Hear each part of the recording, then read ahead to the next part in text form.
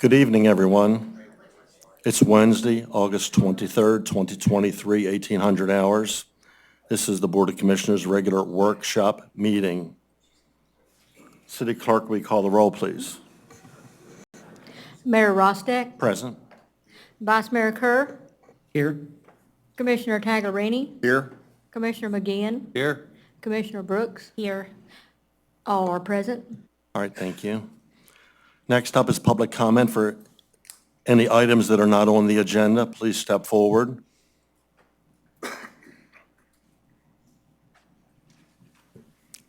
Thank you for speaking with us, sir. Bob Bello, 13301 Gulf Lane. Just had a question. I know, and I'm not looking for any answers tonight or anything like that, but I know you have some questions you're researching for the Johns Pass Activity Center for that, the meeting on Saturday. And I was just looking to see if a question could be added and researched for that. And it centers around, I believe the transitional designation breaks at 133rd on the west side of Gulf. And I'm just trying to understand why it broke there when really I want to say the character of 131st to 133rd and 133rd to 135th is pretty much the same. There's two tourist, I'll call it condo hotels in the lower half, two in the upper half, one condo development, lower half, upper half. So whether it's right, wrong, or indifferent, I'm just trying to understand the logic of why it broke there. So that's it. Thank you. All right, thank you. Anyone else like to speak at this time? All right. Next up is city attorney interviews. I'd like to get with the commissioners first and see how we want to have this proceed. Yeah, I was thinking about that myself. Do we want to bring up one and ask all the questions that we have, and then bring up the second? I don't know that format's going to work out so well. My suggestion to consider would be, I know we have staff presenters sit over at the dais from time to time. How would everyone feel about Sarah, is it Sarah, I guess, sitting over here so that we can actually have both firms represented at a microphone so we can ask simultaneous questions? Would that be okay? My feelings about that are, I would see each, I assume the commissioners have questions, each of us taking a turn, asking a question, but I'd like to see both firms answer the same question at the same time, rather than all to one and then all to another. For me, it would be easier to compare the responses if we ask them. So and maybe, to be fair, have them alternate who gets asked first, so that not the same person is not always being asked first. That's just a suggestion. That's in interviews I've done with the school board when we've interviewed for positions. That's what we've done. There's a panel. Each panel member asks a question back and forth, and if there's more than one person, they take turns answering. I'm fine with that. Okay. That sounds like a logical format. One question to both candidates, they each answer, then we move on to the next. And then move on to the next commissioner for as many questions as each commissioner has. I do have one question. Would it be typical, Robin, for each law firm to do their own presentation prior to us asking any questions? Yes, completely up to you, but yeah, I would be a good expect suggestion that to we do would that. have that before we asked any questions. It might answer some of the questions. Absolutely. So basically, it comes down to I was just positioning, we have Mr. Trask seated here. If we had is it Ms. Johnston? Yes. Seated. There's nothing special about the seating. Mr. Trask is still our advisor for the meeting because he's hired to do so, to keep us out of hot water, but I think that would be a great idea. And instead of having someone standing the whole time and someone sitting the whole time. Okay, and then we'll have, Well, I have a question on that then. Mr. Trask, do you intend for your legal partners to participate in your presentation? They're not going to be part of the presentation. They may Okay. have something to say when the citizens' input is being received. But I did want to introduce them at some point, Okay. yes. Okay, thank Okay. you. I think the idea of introductory statements is wonderful. Yes, then I'm good with that. Thank you. okay. So the first thing we're going to do then is we'll open this up for public comment on this topic, although all questions will be asked by the commissioners, and we have tons of questions. So if anyone has public comment on the attorney position that we're going to be interviewing on, please come up now. But please ask no questions, make your statements.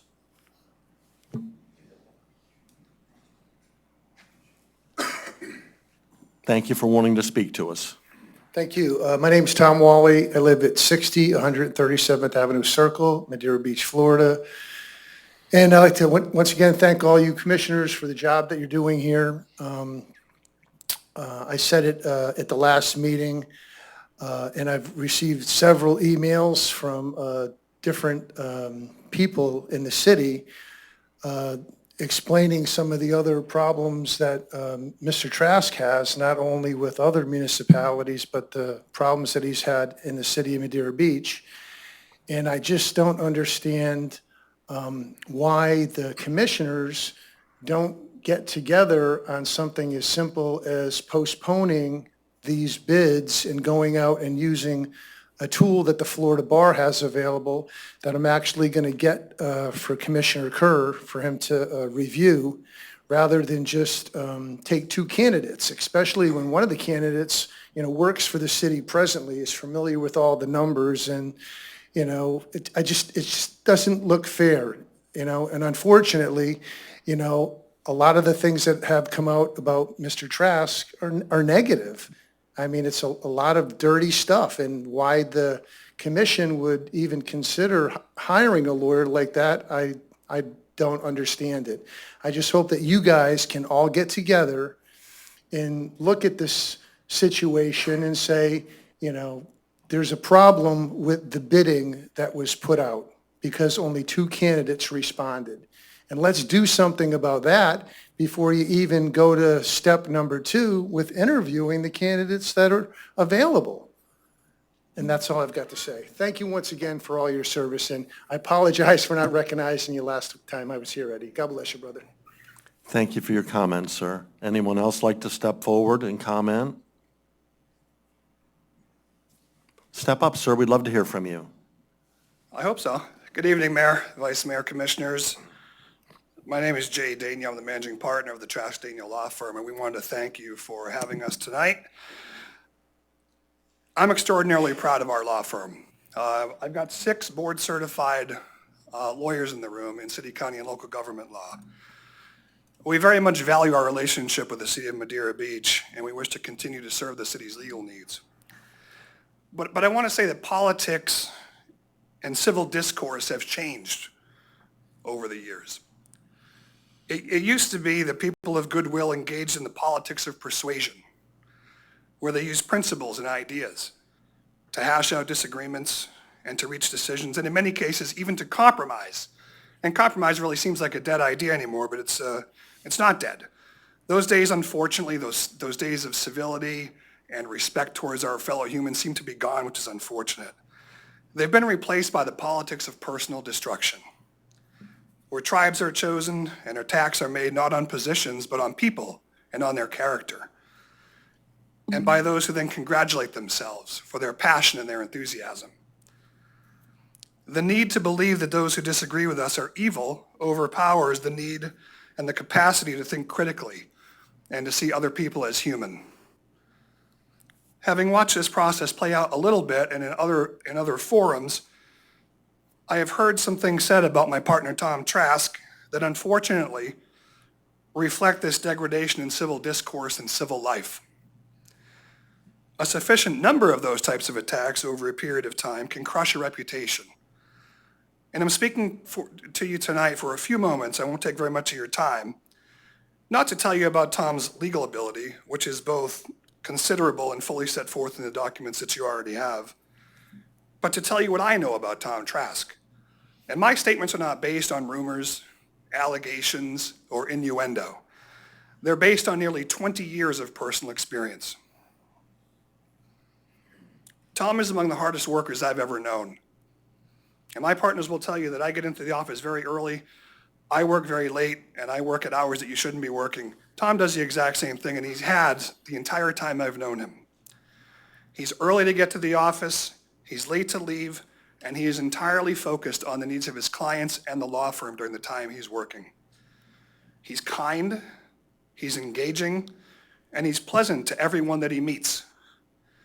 Incredibly, over the last year or year and a half, he's been criticized in public and in private for maintaining collegial, professional relationships with other lawyers and other people that he encounters.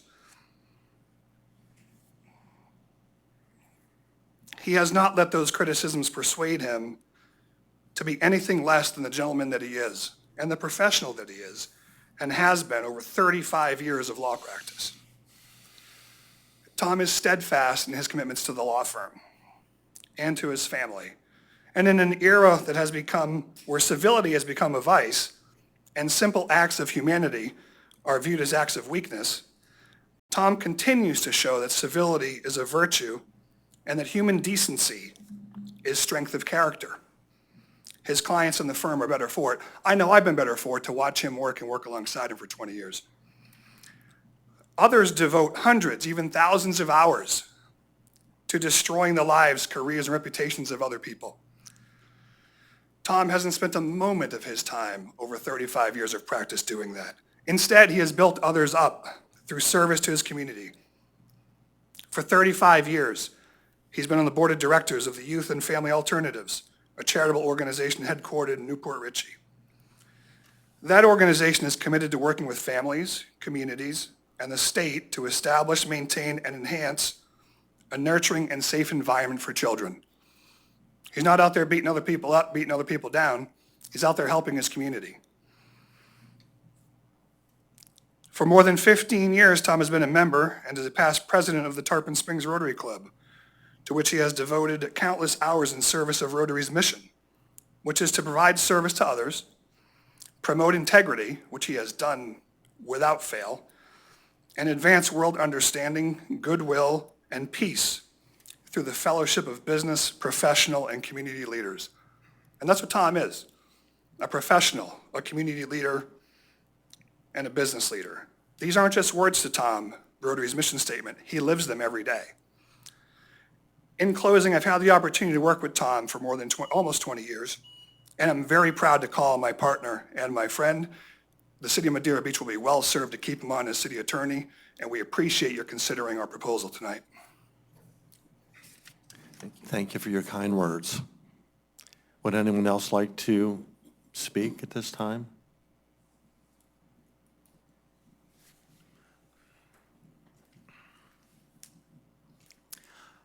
Commissioners, good afternoon. Robert Eschenfelder, also with the firm.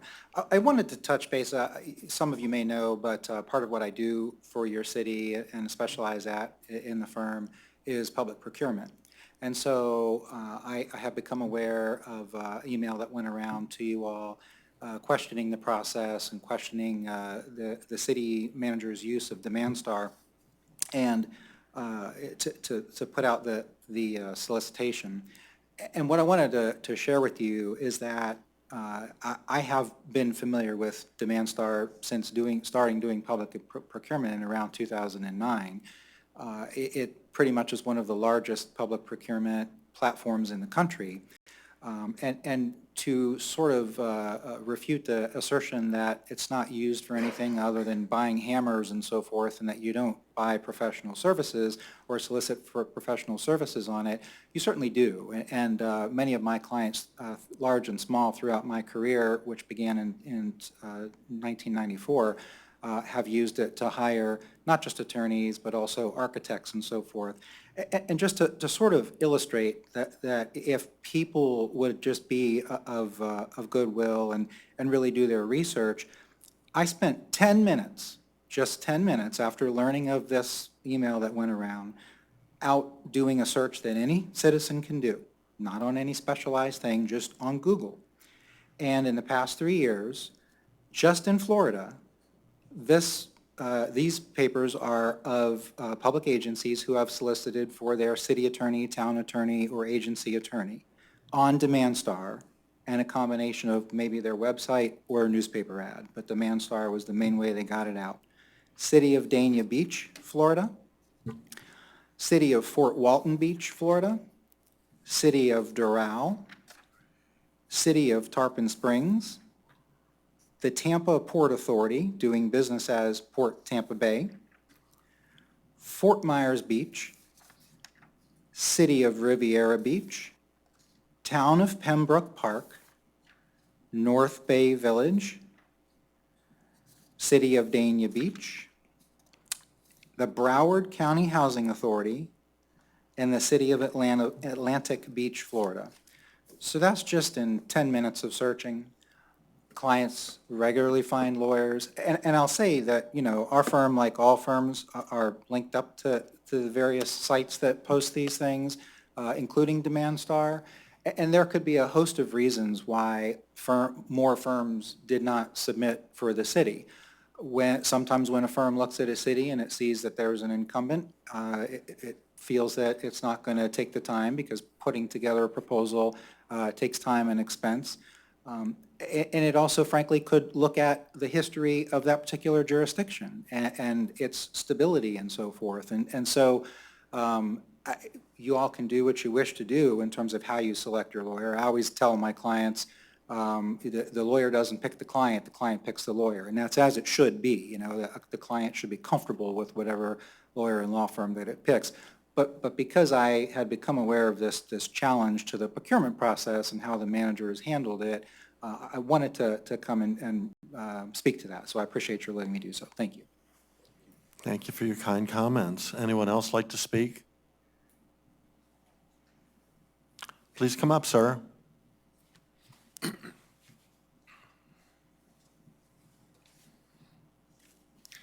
Mayor, Commissioners, Jeff Beggins, 429 Boca Ciega Drive. I'm just speaking as a resident right now, not a business owner, not a developer, just simple. And it's embarrassing many times to be in the city, right? The lack of civility, the rudeness, the attacks, the political sidedness it's embarrassing from a resident. You've got a bunch of people that like to sit behind their keyboards as keyboard commandos, pretend they're speaking for the entire will of the city, never show up, right? And just put all this stuff on keyboards. It's embarrassing, right? This weekend was at a great chamber event. Most every other mayor in the beaches was there. And they joke and make laughs and attacks about newspaper articles. And we're just, I mean, it's got to stop, right? It's just got to stop. That's my point. I mean, it's enough. There's so much political one-sidedness going on, and I would hope you guys are the ones that could stop it. It's enough. And like before, let's put it out for bid. Nobody saw it. That's complete BS. It's been multiple meetings. 99 firms got the meetings. 11 of them opened up.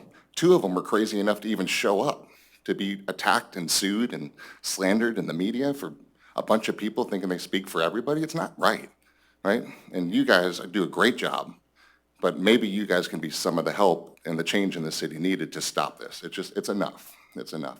And it has been posted. I personally think he's done a great job.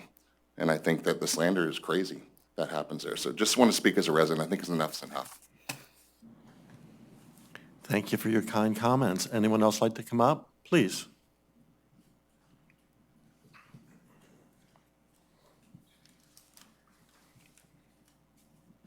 Good evening. My name is Doug Andrews, 9141st Avenue here in Madeira. Most of you do know me. I've been a part of the city in one way or another for a pretty long time. I was a member of the Civil Service Board. I also worked here at the director level as the rec director for 4 or 5 years or so.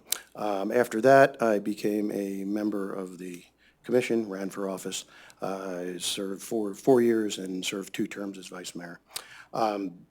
the reason I really didn't want to come up here tonight and talk about this stuff, and I really kind of wanted to distance myself and let you guys have your day and your voices be heard. I completely agree with what Mr. Beggin said. I think that we've gone directly backwards. So I've been here through a lot. I've worked with Tom in numerous capacities, like I said, when I was on a committee, when I worked here as a director-level employee, and then my time on the board. I was also here in 2017 when we had a new regime come in and completely dismantle the city and went out and put an RFP out. Now, you guys got to remember something. Tom Trask didn't get fired from the city.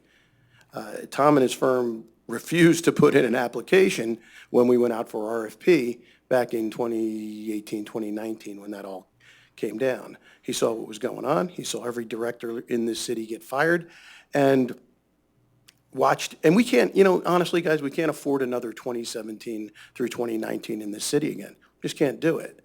I don't know the other person that's applying for the job, but I do want to comment, and I like Tom Wally a lot. I do have to comment on the idea of going back out to bid already. Guys, it would totally diminish and embarrass us in the RFP process if we have applicants and we don't interview them first. If you decide after that you don't want to hire them, totally different idea. Then you can go back out to bid.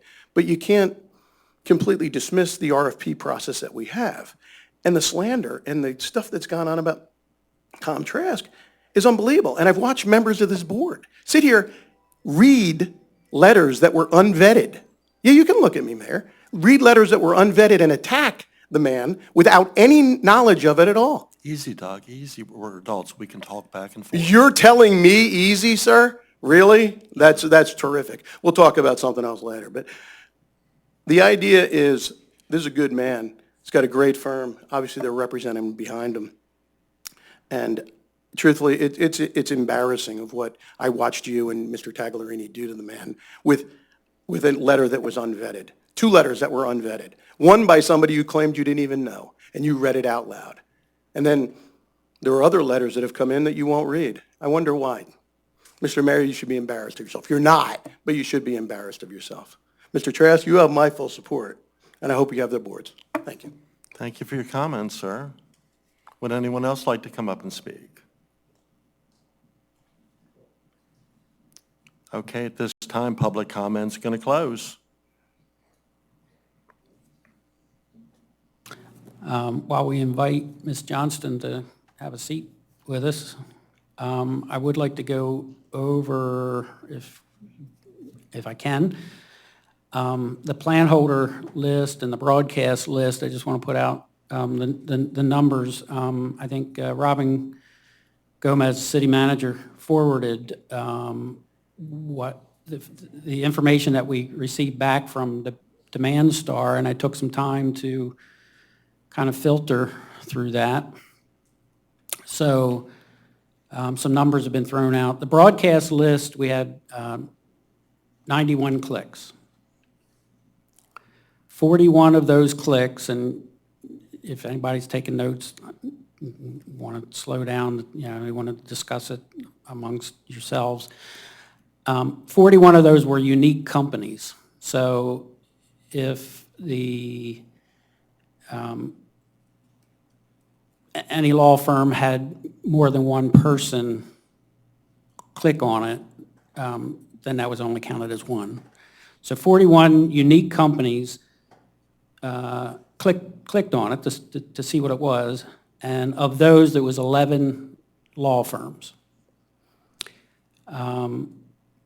Now, for the plan holder list, the firms that actually downloaded the RFQ, there was 11, and 8 of those were law firms. So Demand Star appears to do a lot of engineering. There's a lot of engineers that use it, or construction sites that use it. So that would explain the clicks. Okay, Madeira Beach is putting out an RFQ. What is it? Okay, we don't qualify, move on. So 11 law firms actually saw it, according to that, and 8 law firms downloaded the plans. I also asked the city manager, just for my own mind, you know, at the last meeting, I asked, you know, it's a pretty special group of firms that would do government municipal law, I would think, just like doctors or any other profession. So I asked the city manager if he could investigate in our region, how many firms are there that actually do this type of work? And you'll find the results in the packet tonight. So it's not something he just sent to the BOC.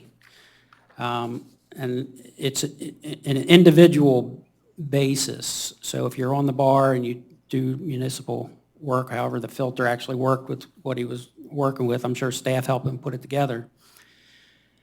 So I took that data and tried to make sense of it. So in Pinellas County, there's actually 3 firms that do this type of work. And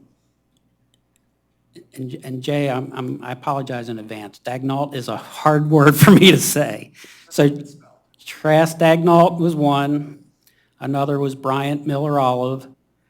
They were one of the plan holders. They did download the RFQ, but for whatever their reasoning, they did not decide to participate. The other one was Sunshine City Law, and I don't know who those are.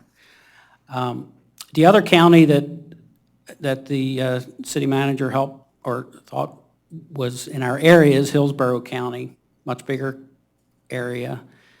Of those, I found there's 14 firms that do what we're looking for. 2 of those, in my opinion, were good candidates, and 5 were just national firms. Just they're everywhere, and personally, I don't know that's what we're looking for. So we're going to do our interviews tonight with the firms that did respond. I wanted to ask, and I don't know if I asked this to the city clerk or if I asked this to the city manager, I'm going to start with the city clerk and you let me know. Did both firms fully complete the RFQ as requested? Was there anything missing in either one? I didn't have those. The city manager's Yeah, no, office they're went through complete. those. Okay, so we'll just get that out of the way. It was, as far as the city's concerned, the RFQs were fulfilled in 100%. Great, perfect. I didn't mean to steal the show. You're But, good, go ahead. So I think the format is going to be, we're just going to, I guess, go from commissioner to commissioner. I don't know if you want to limit it to a single question or if just give each commissioner time and we'll go back and forth like we normally do with, We'll take it question by question, but let's go ahead and have them introduce themselves and provide a summary of their experience. perfect, thank you. Ladies first? Thank you. Good evening. Sarah Johnson with Weiss Road at Helfman, Cole, and Bierman. Just a little bit about myself, because obviously you have the packet, which really kind of details the firm more. Decided to become an attorney a little later in life. I went through several career changes. I did property management. I did behavioral intervention with autistic children, and I was a recruiter for an art school, and I decided to go to law school around 30. And was, in law school, and I had an internship and was completing some pro bono hours at a small beachside community in Miami-Dade County. And I was like, this is perfect for my ADD brain, as I had discovered with all my career changes, because I was working for Surfside, and every day I got to essentially do a different area of law. And so I started in Surfside, was in-house there. First I was an outside attorney, then they brought me in. Then I moved over to a larger community that was also on the water, but that was about 48,000 residents. They also had a water utility. that serviced about 180,000. I worked my way up from the assistant, and I became the city attorney there. And then I decided that I wanted to try being with a firm. And the firm that I work for is actually a firm that I had used many years. And part of the reason I was interested in joining them is I was looking for a firm that matched my style of being a city attorney. There's a variety of different styles. I'm not political. I'm not going to be your 6th or 8th commissioner. I'm not going to make decisions that are policy decisions. I'm going to give you legal advice. It's not, I am the queen of telling people things they don't want to hear, but I'm really good at being creative and seeing how we can get you there. Because more often than not, we can get you where you're trying to go. It may just not be the way you think we need to get there. And so that kind of fit. I wanted a firm that could cover all the different areas of law. They had a lot of expertise. We have at least 11 attorneys that are board certified in, I think, 5 different areas, although most of them is city and county local government. We also have board certification, I believe environmental, appellate, a few other areas. We are a larger firm. We have, I think right now, about 90 attorneys. But I work with experts in every field that you come across in municipal law. So that's what I love about it. That's why I was so happy to join the firm. I used to hire them for a lot of different areas when I was in-house, and I worked with other attorneys that did. And now I just get to pick up my phone, or in meetings, sometimes I'll even text, because we have bond counsel, we have labor, we have a very robust litigation department, land use, we have a lot of expertise in land use, eminent domain, utilities, although that is a lot more my area. And so we have a lot of obscure issues that come up in local government, and a lot of times it comes up while you're sitting in a meeting. And so I do like being able to have that expertise that I can call on at any time. I find it's a real benefit. But my passion is really just local government. I like sitting in the meetings. I like handling all the different issues that come up. And, one day you're jumping deep into land use, and the next day it's in utilities, and then it's procurement, and labor and employment. And personal injury will usually come up as a surprise out of nowhere. So you get to jump around in all these different areas. And then you have experts that you can call on. I also am very good at kind of recognizing where the boundaries are for the different charter officers. I work really well with the managers that I've worked with. I make it a point, because the only way the commission and the board members are really going to be effective in terms of implementing their policies is if their charter officers work well together. If you've got battling with your charter officers, then everything kind of comes to a screeching halt. You guys can set all the policy you want, but it's going to get delayed and it gets backstopped. So it's really one of my objectives, is ensuring that I work with the manager. Now, that isn't to say we always agree, but we're always going to work well together. And so I moved to Tampa in 2020, about 2 days before the world shut down. So that was fun. Luckily, I had somebody who had, as a housewarming gift, had bought toilet paper and paper towels, having no idea that that would be the hot commodity. And so I moved up here and I opened the Tampa office of the firm. And so I've been with them since 2020.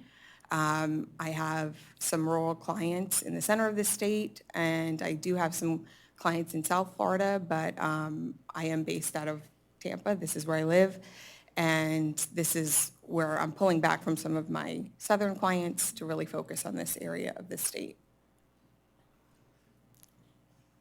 Thank you. Thank you. Mr. Trask? Sure. First, I want to introduce the lawyers that are in the audience. You heard from my partner, Jay Daigneault, and Jay and I have been partners for about 20 years. Also, next to him is Nancy Meyer. She's an associate with the firm. She is the city attorney for Port Richey. Next to her is Randy Mora. Randy, you've seen him speak he's my partner as well. You've seen him speak throughout the state, Florida League of Cities. He's the one that gives you the education that you need relative to gift law, sunshine law, public records law, and so forth. He and Jay have counseled at the Florida Institute of Government classes and so forth. They've taught those for years. Next to him is my other partner, Erica Augello. Erica has been with the firm about 7 years, my partner for about that period of time. And she is the attorney for the city of Holmes Beach.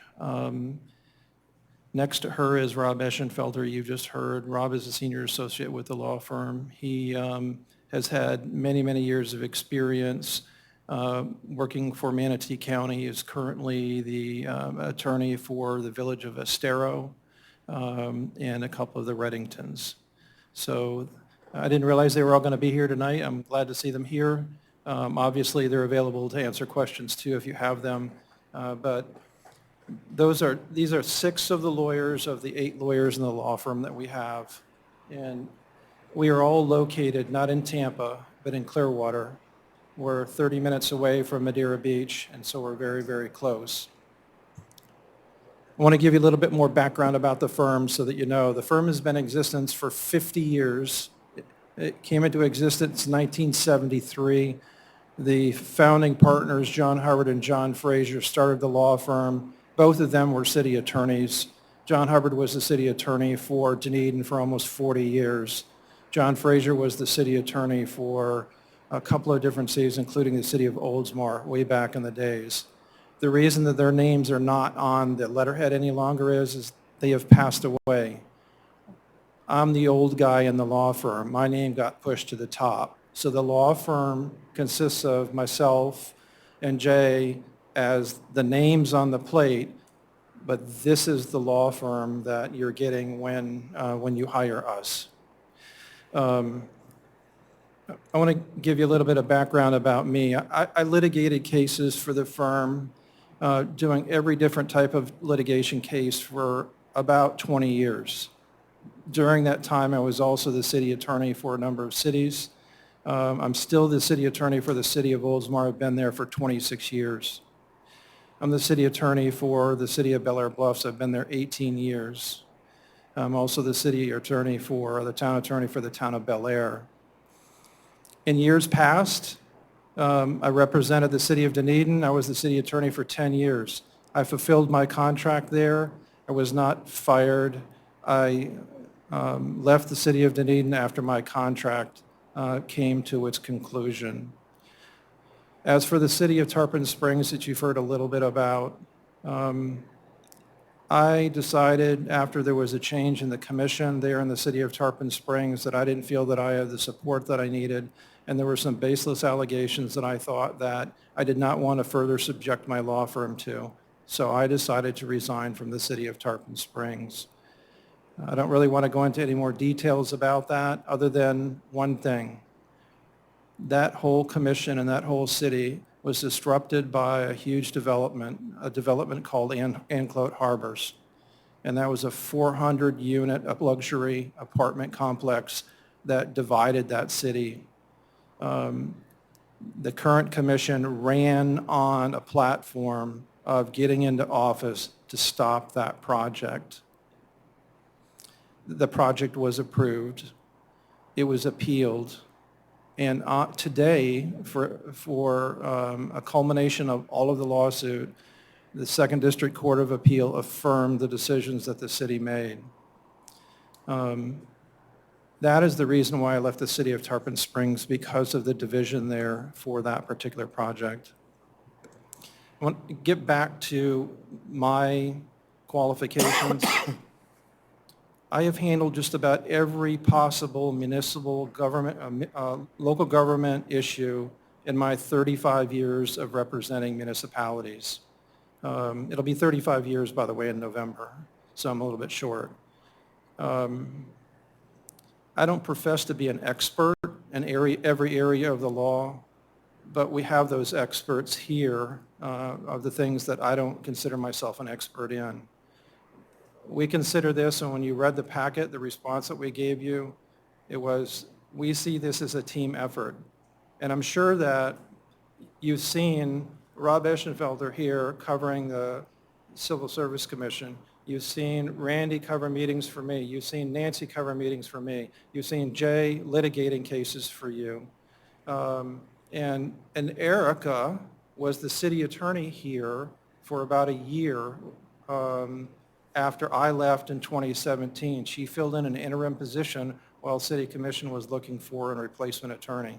So all these attorneys here have represented the city of Madeira Beach, and they will continue to do that.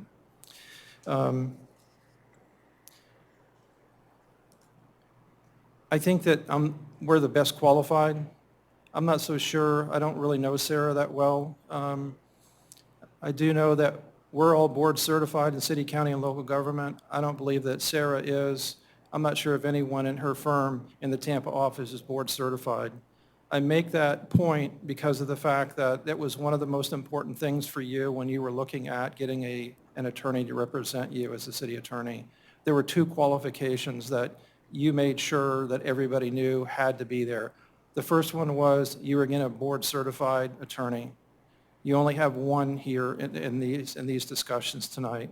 The second thing is that you wanted to make sure that you didn't hire a law firm that represented developers. We don't represent developers. Sarah's law firm represents developers.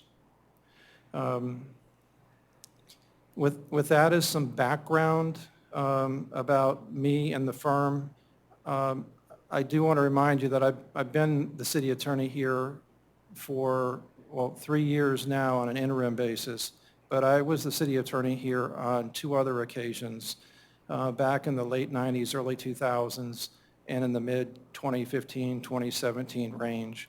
So I am very familiar with what the issues are of the city of Madeira Beach, the employees that are working here, and frankly, the development that has been, such a big focus of the city's work over the last 5 or 6 years. So knowing that I have that background and that knowledge of what's going on and my finger on the pulse, I think I'm your best candidate. So I'd be happy to answer questions.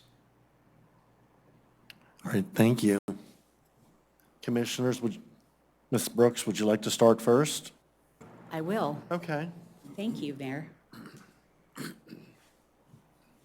So my first question is in regards to the board certified. I would like to clarify that, and I want to start with you, Tom, because on your application, you are listed as a board certified specialist by the Florida Bar in city, county, and local government, AV preeminent rated attorney. Could you please define what that means? And then let me just say, could you please tell us your certification when Tom is done? So just so that you know, there are 111,360 lawyers that are registered through the Florida Bar as lawyers in the state of Florida. So 111,360. There are 312 of us out of that 110,000 that are board certified in city, county, and local government. These other lawyers here have gone through that process too. I've been board certified in city, county, and local government since 2013.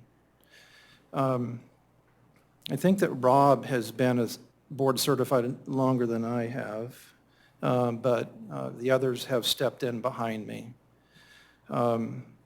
When you ask for a board certified local government lawyer, you're getting a lawyer that has not only been vetted by the Florida Bar certification program, which requires you to have certain expertise, certain number of years practicing in the local government area, certain number of continuing education courses behind you, and then you have to take an extremely difficult exam.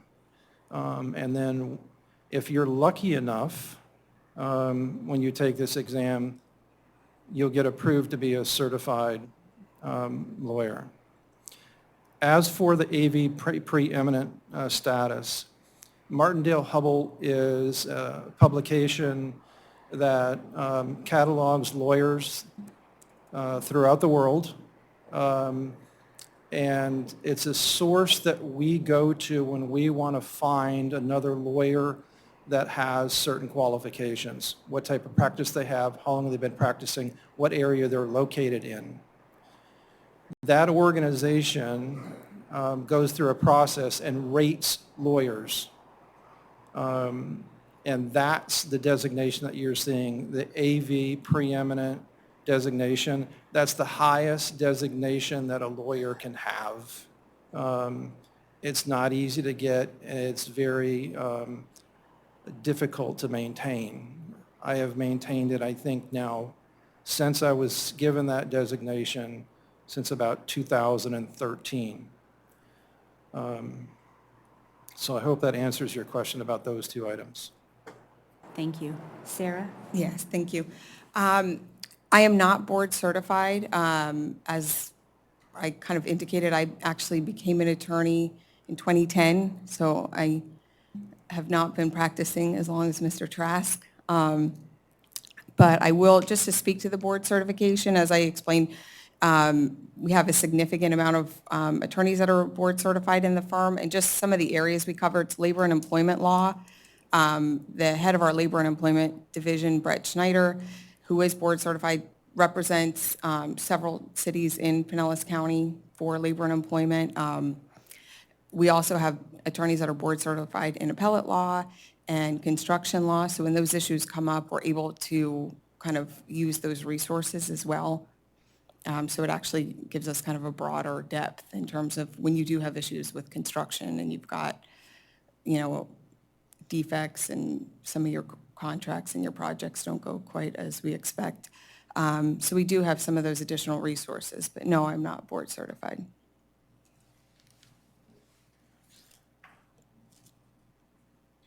Okay, this goes out to both candidates. Currently, do you represent any clients that could possibly create a conflict of interest with the city of Madeira Beach?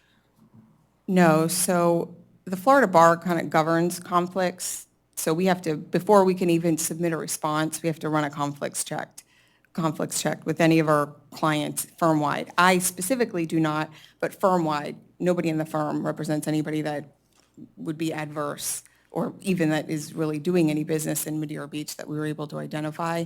I saw that that issue was of importance, so I kind of dug in a little bit to see what we have current, and there was nothing.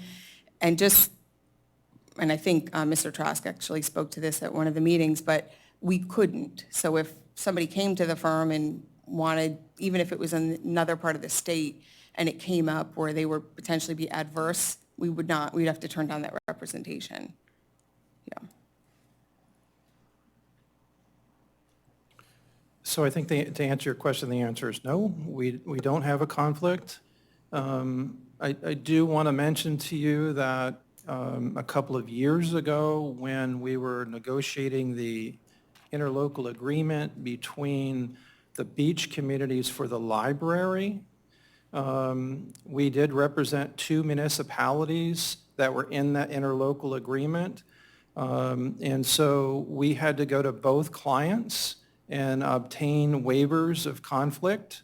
We did do that, and those are in writing that the city has those.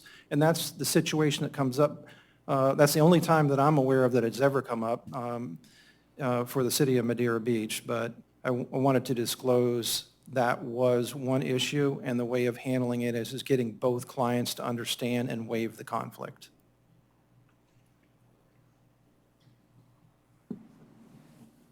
I'll go to Sarah first. What do you see as the top 3 most important roles and responsibilities of a city attorney? Providing sound legal advice, having open communication with your elected body, and working with your charter officers. Mr. Trask? I think the answer, providing sound legal advice, is what we're all wanting to do. But I think that a couple of the other things that of the three, there's four. One is to counsel my commissioners to make sure that I'm a counselor. So when there are questions or concerns, I'm not only the attorney at law for the city, I'm also a counselor, because there are situations that you deal with that aren't necessarily legal all the time. And I don't mean that you're doing illegal things. I mean, it's not something you're going to look in a statute or a case law or whatever to determine what action you're going to take. So I think that being a counselor of the Board of Commissioners is very, very important.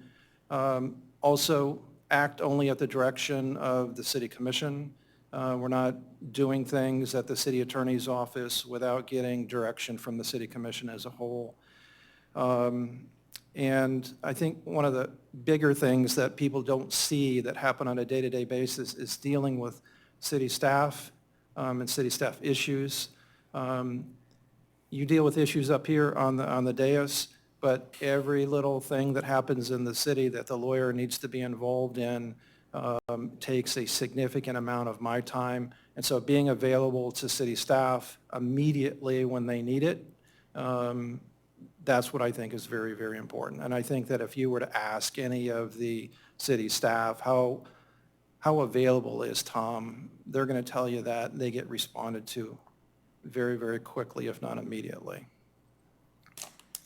Thank you. Vice Mayor?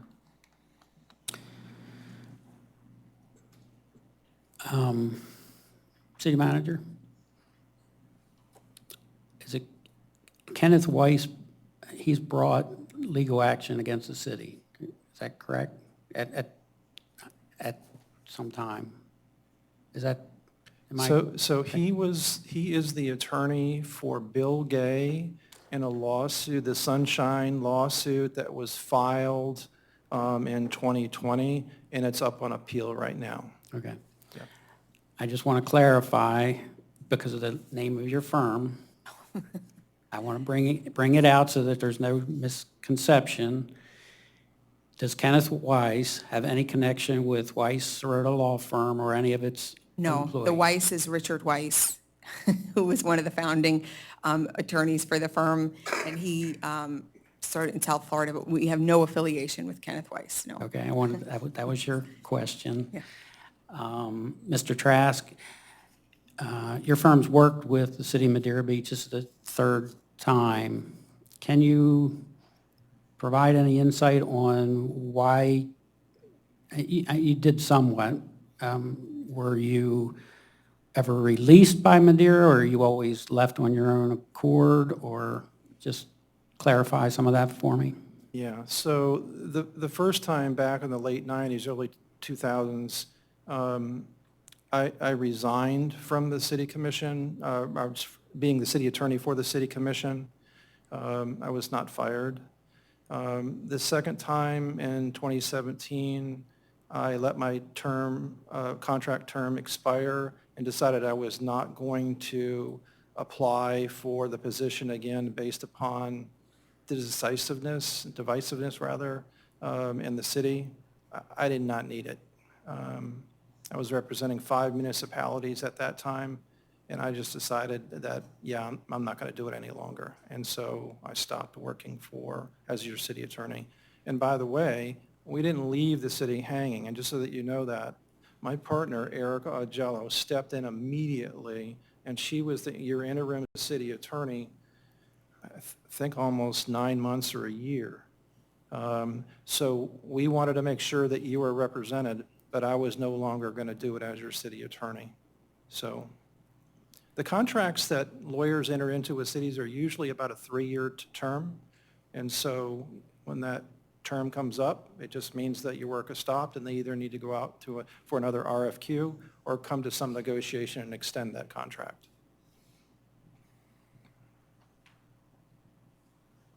Thanks. So I guess I'll start with Mr. Trask first. As a non-lawyer, someone with no legal experience, let me ask, and this will be for both of you, if you don't mind, how would you describe your communication style? And by that, I mean, what steps would you take to ensure that a person like myself with no legal background would understand the information that you're sharing? Are you asking how I respond to things as I receive them? You can interpret that as you wish. That's a big issue for me. Okay.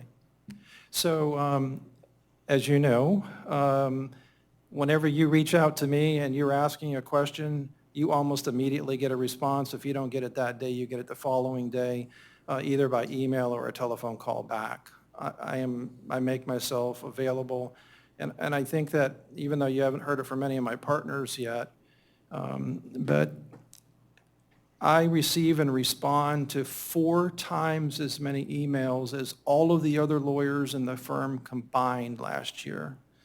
So I feel that I'm very, very responsive, at least getting back an email. I'll either tell you I'm going to research it, or here's the answer, here are my thoughts now, I'll get back to you on any additional information. Would you take any extra steps to, I mean, you've had to, I just say this because you had to do this for me before. What do you, like, explain what you just said during the process. Is that a step that you consciously make when you, or do you just give the answer like from the ordinance or from the legal? So it all depends on what I'm asked to do. If the commission asks for example, a legal memorandum on the issue, then I would provide a legal memorandum on the issue. If you're asking me my opinion on something based upon 35 years of handling municipal government law, I'm more than likely going to answer you very quickly saying, that's not what I would advise, here are the reasons why. Thank you. Would you mind answering the same question again? It's how would you describe your communication style? What steps would you take to make sure that a person without a legal background would understand what you're saying? So in my experience, I've worked with a lot of new boards, a significant amount of new commissioners. And whether they have a legal background or not, I think it's each individual person and every single elected official that I've worked with or board member or staff, that my communication style has to adapt because it's important, particularly with the elected officials that I serve, that they understand and they feel comfortable and they're walking into meetings with confidence that they understand the issues and they're able to vote on it.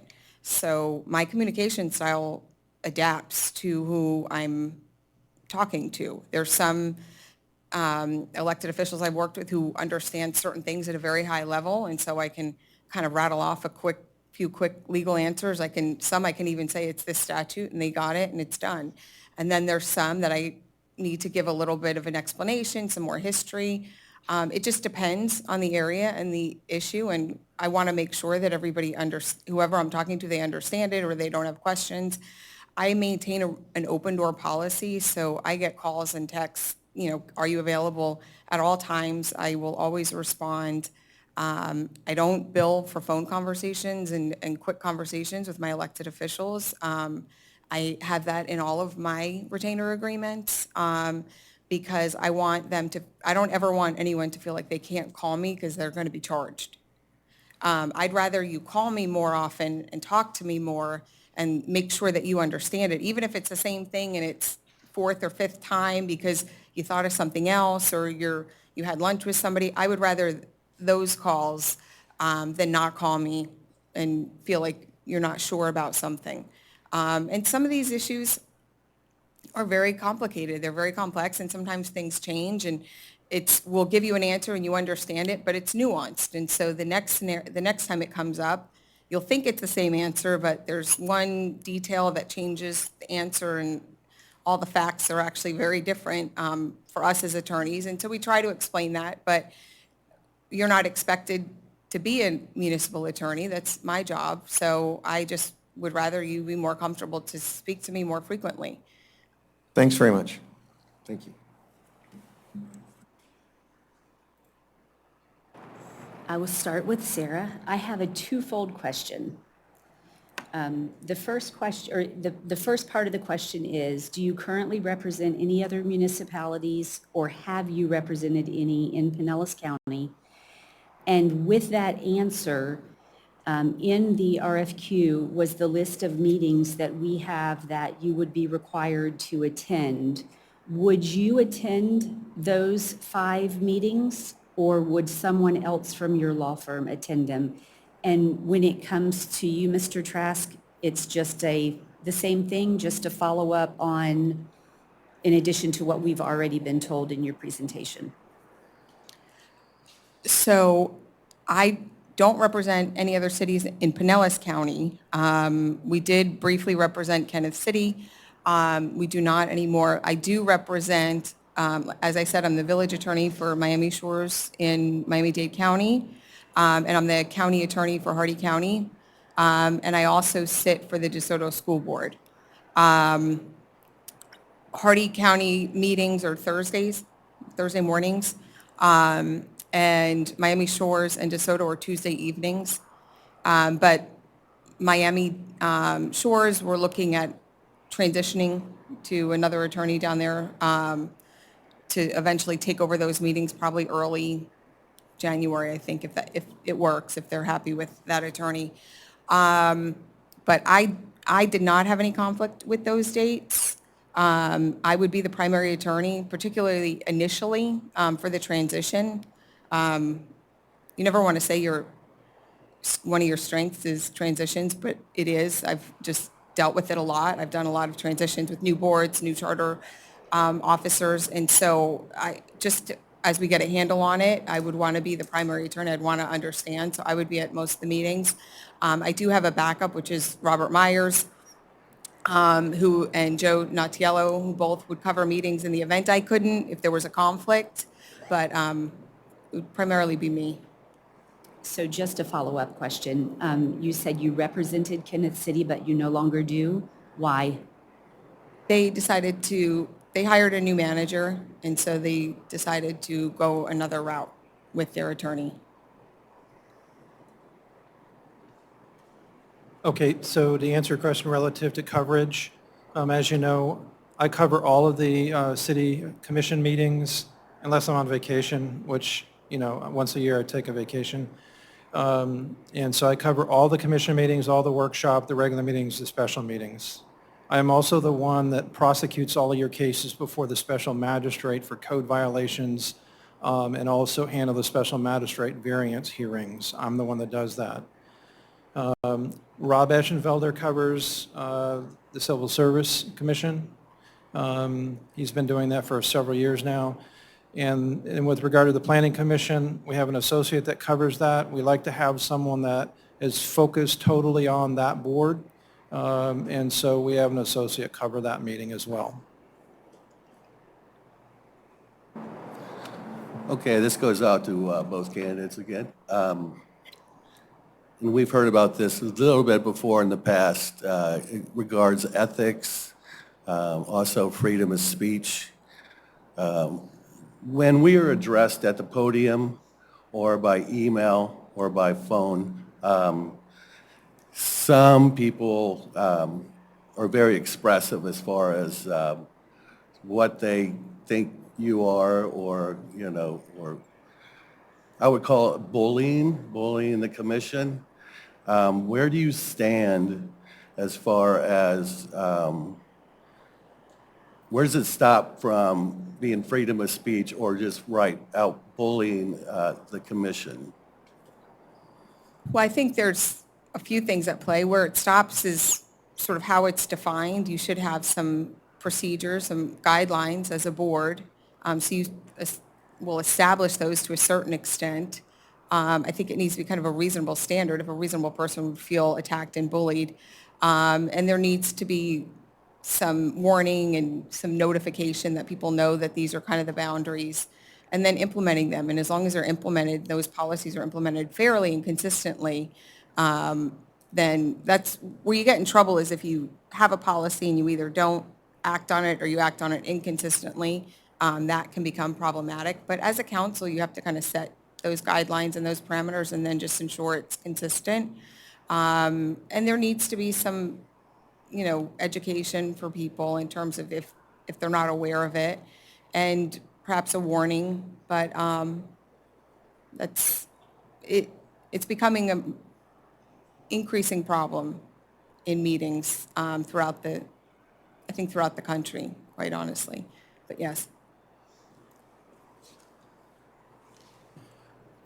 Okay, so the first thing you asked is, do I have a position on the bullying issue? And the answer is no, I don't have a position. I will tell you that you have rules of procedure that you've adopted, and you look at them every year and re-adopt them. And those rules of procedure have specific provisions relative to civility, how you're going to run meetings, and how you're going to allow the public to address you. As for those members of the public that are getting out of hand, there's a couple of options that I've always recommended in the past, and that is first of all, the mayor will ask whoever's getting out of hand to maybe redirect, take a breath, and then come back at the podium and explain their position without, being in an attack mode type thing.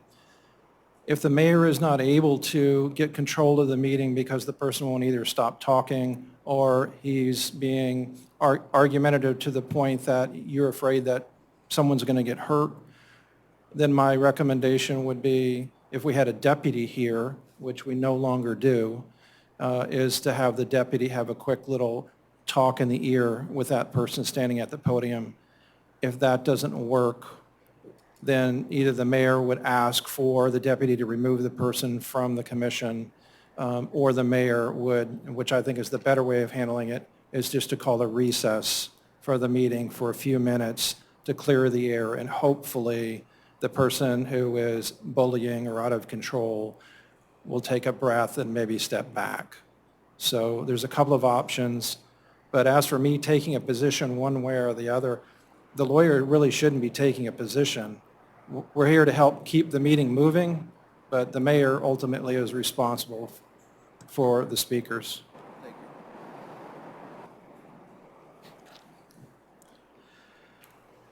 Okay, my first question will go to the young lady.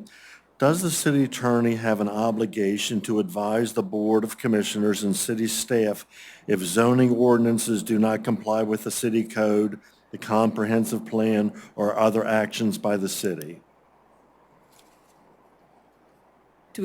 Well, yes, I think I would assume that the attorney signs off on the ordinances as legally sufficient.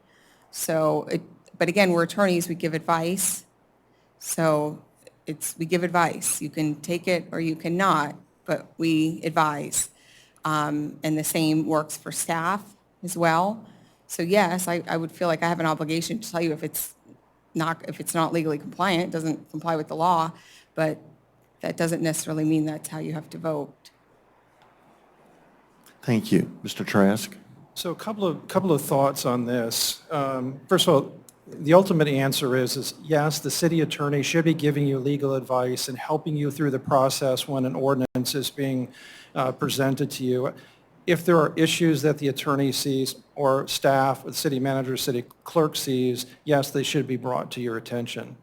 But I will tell you that although we apply the code, we're only going to apply the code when we know that it's valid. There are some provisions in our code that may be considered outdated or preempted as a direct result of some change in the law that has occurred maybe at the recent legislative session. So, and by the way, the lawyer should know what changes those are, what portions of your code are outdated, and then ultimately advise you, we're going to need to update that. But those would be my comments. Yes, we absolutely have a legal obligation to tell you if we know that something is not legal or proper. Thank you. Vice Mayor?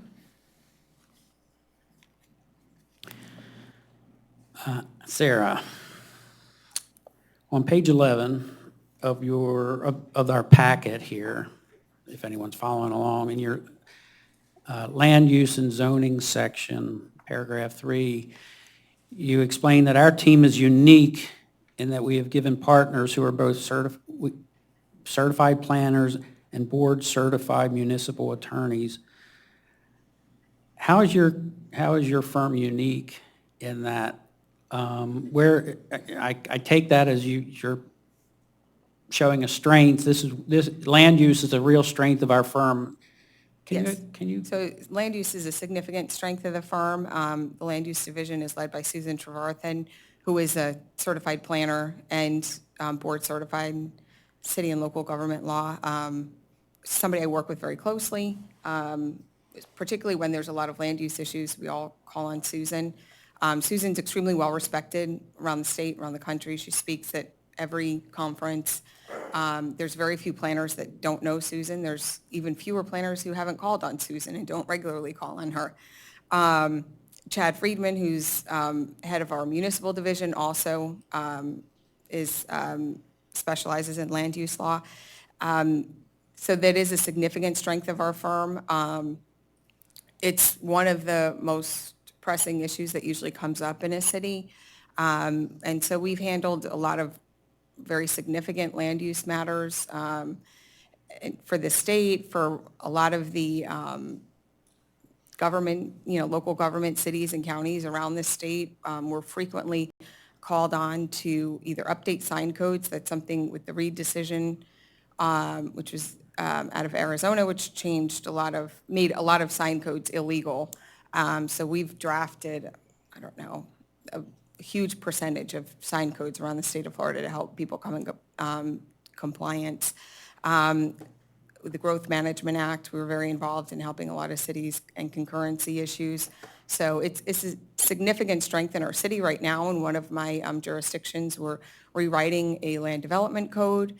In another city, we're rewriting a comp plan, which the comp plan change was incorrect the way it was done. It wasn't realized. It made half of the properties in the city non-conforming.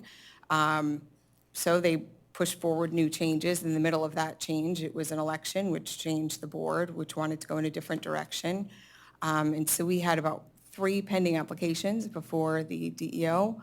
And so being able to use Susan to not only advise on that, and obviously myself, I worked very closely with her as well, but we were able to contact people at the state too who helped us just kind of with that process, because after all the errors and there were some questions. So they were happy that we were brought in to help the city, but yeah, it's a very significant area. I know there's some issues that have come up here, and so particularly when you have a very controversial issue, it's a great resource for people to call on, and that's when I kind of am able to pull off the bench some of these attorneys and kind of help them come in, and so that's when you may see some other attorneys from the firm, particularly at those meetings in addition to myself, but that's when it's those types of issues. We want to make sure that we're well stacked. In that same vein, more as a follow-up, and because it all kind of goes together further in your packet, you mentioned working with redevelopment agencies. I'm not sure what a redevelopment agency is. So there's community redevelopment agencies, so it'll be a specialized area, and businesses that'll get together and they agree to contribute a portion of their taxes, assessments that will go back into redeveloping that area. It's usually used for blighted areas. So I don't know how many there are up here, but City of Downtown Tampa is a significant example of a community redevelopment agency. Naples had one. I think they still have it. The most well-known one is probably Times Square. So those are your redevelopment agencies. So you'll, in a certain blighted area, you'll get that money, and then you'll do a tax rebate system. So as they redevelop it, they'll get a benefit back on the taxes, and that money will go back into redeveloping that area. Okay, because one of the largest controversial issues in Madeira Beach is the activity center that's up for Johns Pass Village, and that whole discussion. I was just wondering what your firm would have to offer as a expertise in that. Yeah, so that sounds, unless they're looking at becoming a special district, which we do, we also have a lot of experience in special districts, but that sounds like it's more of a planning. Yeah, it's more of a planning. We're planning. redoing our master plan, or that's Right. one of the things that we're, Yeah. that's up for consideration. Mr. Trask, I've worked with you for 2 years now. I'm having a hard time coming up with questions for you, other than just continuing down the history road. I'm going to have to work on that. I want you to take this opportunity to address any misconceptions that might be out there. You know, we're bombarded, or I'm bombarded, by residents that have lived here much longer than I, and that whole 2017 time when the town center redevelopment went through, and there was a lot of issues here at the city with lawsuits, and you mentioned that's why you didn't want to be here anymore.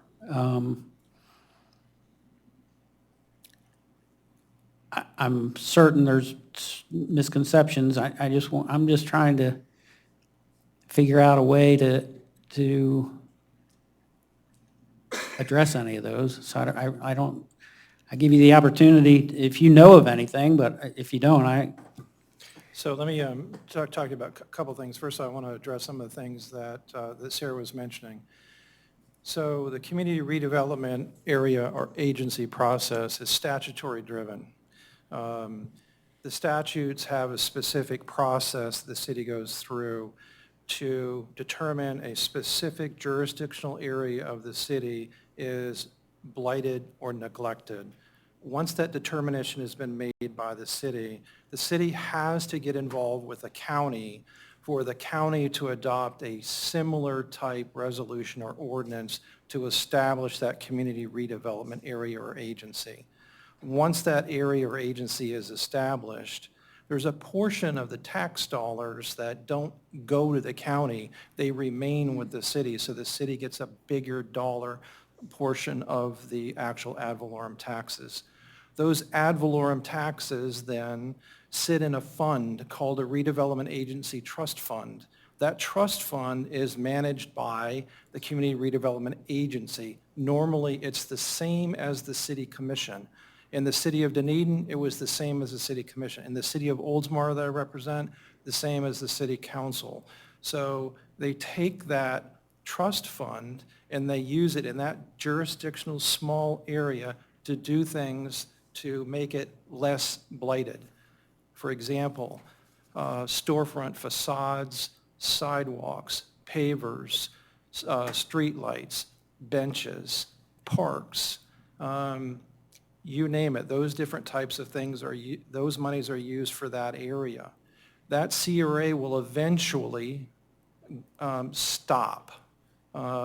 Usually it's about a 20-year CRA, and then it terminates. Unless the county decides that it's going to extend it, there's a process to go through that. So it's not a process that I would see that we would use here in the city of Madeira Beach. Just want to let you know that I've been involved in many of them. I'm still involved in many of them. As for the 2017 plan development processes that went through, I don't think that there's ever anything that I can say or explain the reasons why things happen, because it's never going to be satisfied with those few individuals that key in on it. It's 4 or 5 that are constantly bringing it up. And I'm sure now it's 7 years ago, and another 10 years we'll still be talking about it, and another 20 years we're still going to be talking about it. It's resolved. The issue is resolved, and I don't really think that we should continue to go back and focus on things back 6, 7 years ago. One other comment I would like to make. I'm the city attorney. I don't make decisions.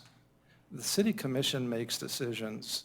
So even though I may give legal advice, which you as the commission or the prior commissions could have taken or not taken, I don't control development in the city of Madeira Beach. I never have and I never will. It's taking place up there. So having these constant attacks on me because of what the commission did, it's unfounded, and I'm tired of it. I'd like to move on, but that's not going to happen. You're going to have these 5 or 6, 4 or 5 individuals that are going to constantly address it. And so I don't think I can add anything addition to make it no matter what I say, it's not going to be accepted. So, Understood. I wanted to give an opportunity. thank you, I appreciate that. Ms. Johnston, our board, like the vast majority of boards for cities and municipalities, operates under the parliamentary guidelines of Robert's Rules. So considering that the city attorney in our city also assumes the role of parliamentarian for our meetings, I'd like to get your take on a process that I've been wondering about for some time. Can the mayor or chair of a small board like ours make or second a motion? And part two, is it required that the mayor or chair of a small board like ours always vote last? So before I get to the two questions, which I come up everywhere, most cities that follow Robert's Rules follow a modified version, and it usually complements other adopted rules. So it's almost like a gap filler. So you've adopted your rules of procedure, which a lot of times will conflict. Robert's Rules is really intended for a much larger assembly. It's a very old set of rules that works larger assemblies. If you were to try to follow it strictly, it would be almost impossible. But cities have your adopted rules and you have a modified version. So as to the chair, the mayor, being able to first or second a motion, if they have nothing that says that the chair doesn't second it, cannot second it, or can, if they're silent on it, I've usually advised that the chair does not make a motion or second it because they get the benefit of being able to kind of control the discussion a little bit. So that's, especially when you have a voting chair. When you say they, do you mean like the charter or the board itself? I mean the chair, the mayor. I apologize. When I'm speaking of the chair, I mean the chair of the meeting, which would be your mayor. So typically, if the adopted rules of procedure are silent on whether the mayor can vote or not, I will usually advise, unless they have some past practice, that the mayor does not make the motion or second a motion because they're able to lead the discussion. Because they have so much control running the meeting, it's an extra benefit. However, as a body, you're more than welcome to adopt a rule that they can second. Some have rules where they can just second, and some have adopted rules where they say they can make the motion or second it. So really, as a body, it's for you to decide. And as it relates to voting last, I always see the mayor vote last. I've always seen that. It's usually adopted as part of your written rules. A lot of Robert's Rules references are really about a non-voting chair, but you do have that. It does reference it in there for the chair to vote last. It's usually they're doing a tiebreaker vote. But. Thanks. Mr. Trask, would you mind weighing in Yeah, on that? I'd be happy to weigh in on this. So first of all, your rules don't provide what the mayor can or cannot do. My role in keeping the meeting moving, my position has always been when we're looking for, me as the parliamentarian, can the mayor make a motion? The mayor can make a motion, but he has to pass the gavel. I've always suggested the mayor pass the gavel to the vice mayor. He could make his motion if nothing else is happening that he feels that frankly needs to happen. He makes the motion, someone else can second it. During that motion process, the vice mayor is going to be the individual who is actually going to run the meeting. So the vice mayor would be calling for a second, calling for discussion, and then ultimately calling for either a voice vote or a roll call vote. As for whether or not that the mayor should vote last, I have never in my career taken a position that the mayor should vote last. It should, in my mind, should always be the maker of the motion votes first, the person that made the second votes second, and then there would be an alternate, and sometimes city clerks they call the meetings on an alternate basis. So the first motion, maybe they call Commissioner Brooks. The second motion, maybe they call Commissioner McGann. The third motion would be you, Commissioner Tagliarini. And so it wouldn't look like the same person gets to make his vote first or last every single time. It shakes it up just a little bit. But other than the person making the first, voting first, and the person making the second, voting second, I have always taken the position it's nice to have that rotation. In the city of Dunedin, for example, they do that rotation. But they do have a provision in their rule, if my memory is correct on that. So, So when you say in that rotation, you're including the mayor? correct, right. Thanks. So, well, in my comments a second ago, if the mayor was the made the motion, he's going to vote first, okay? So, and if the vice mayor Kerr made the second, he's going to vote second, and then it's going to go from one end to the other, so. all Thank right? you. But I do believe the mayor can make a motion by passing the gavel.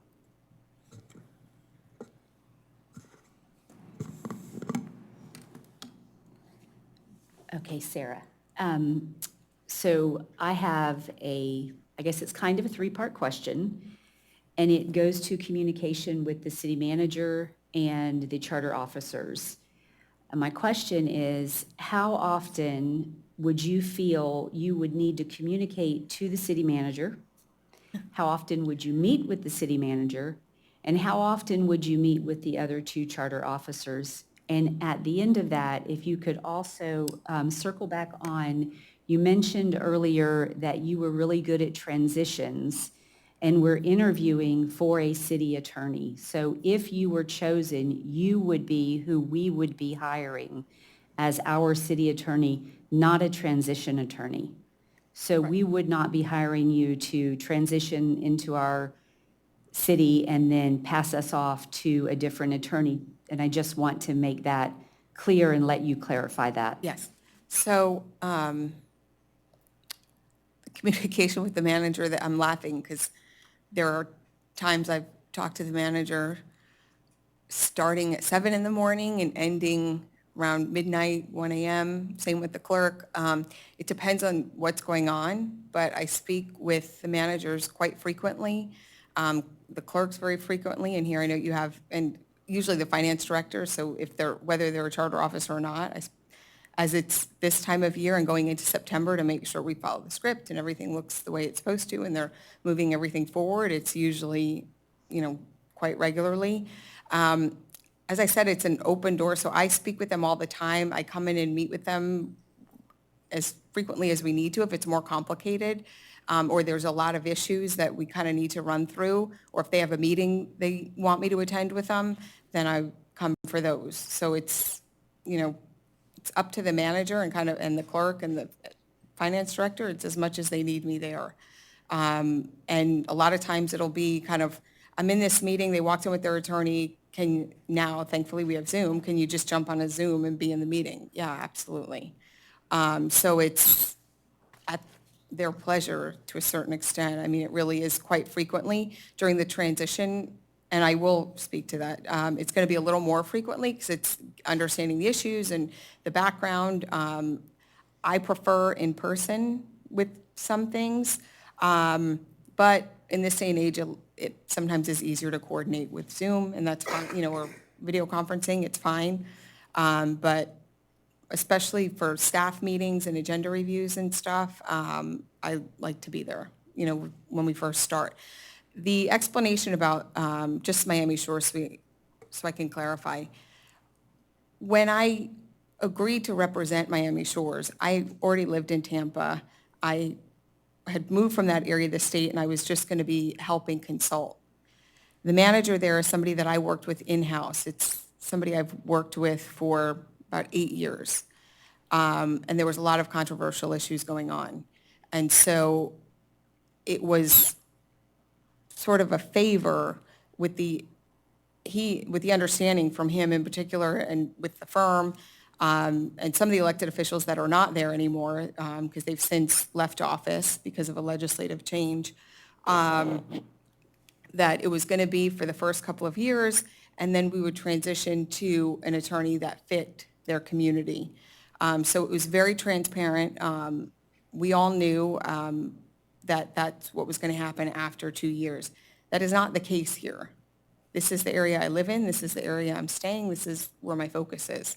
So I don't do the transitions like, oh, I come in, I do the transition, I move on. It's Hardy County, I've been there since the beginning, there's no plans to transition. DeSoto, same. It's just because of Miami Shores, and it's the commute, because I'm there for both meetings each month. So I have one additional question. When the city attorney is hired to work for the commission and works at the direction of the commission as a whole, how would you handle being inundated with emails from local residents, or not just local residents, from residents that are within and without of the city? How would you handle that? I've already received some, so I'm very familiar with this process and residents. The city is the client. I work for the board, the commissioners. I work with the charter officers.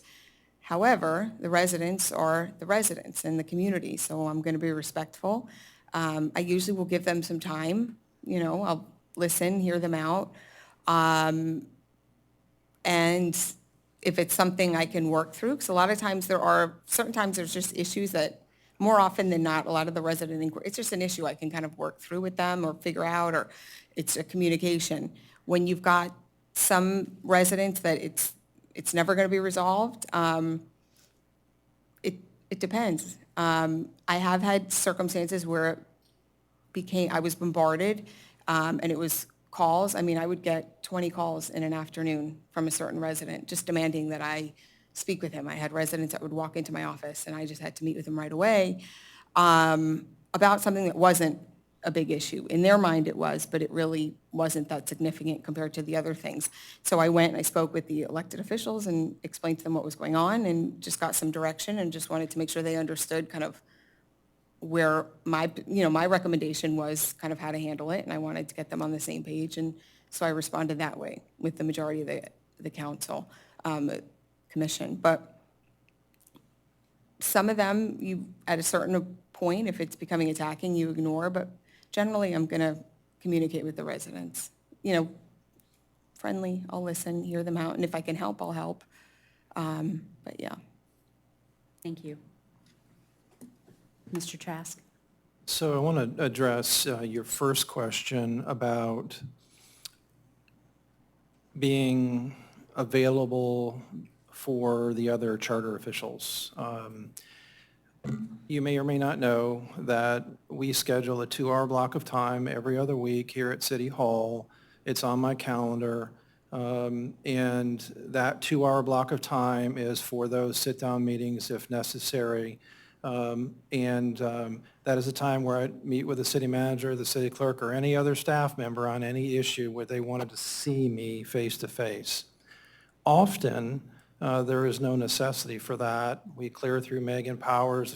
Is there anybody fitting in those time slots? We try to fit them in every 15 to 30 minutes so we can get 4 or 5 or whatever. If there is no need for me, then we cancel that 2-hour block. If there's 1 or 2 people, then what we do is we ask that person whether or not that they want to do a Teams meeting, a telephone call, or need me in person.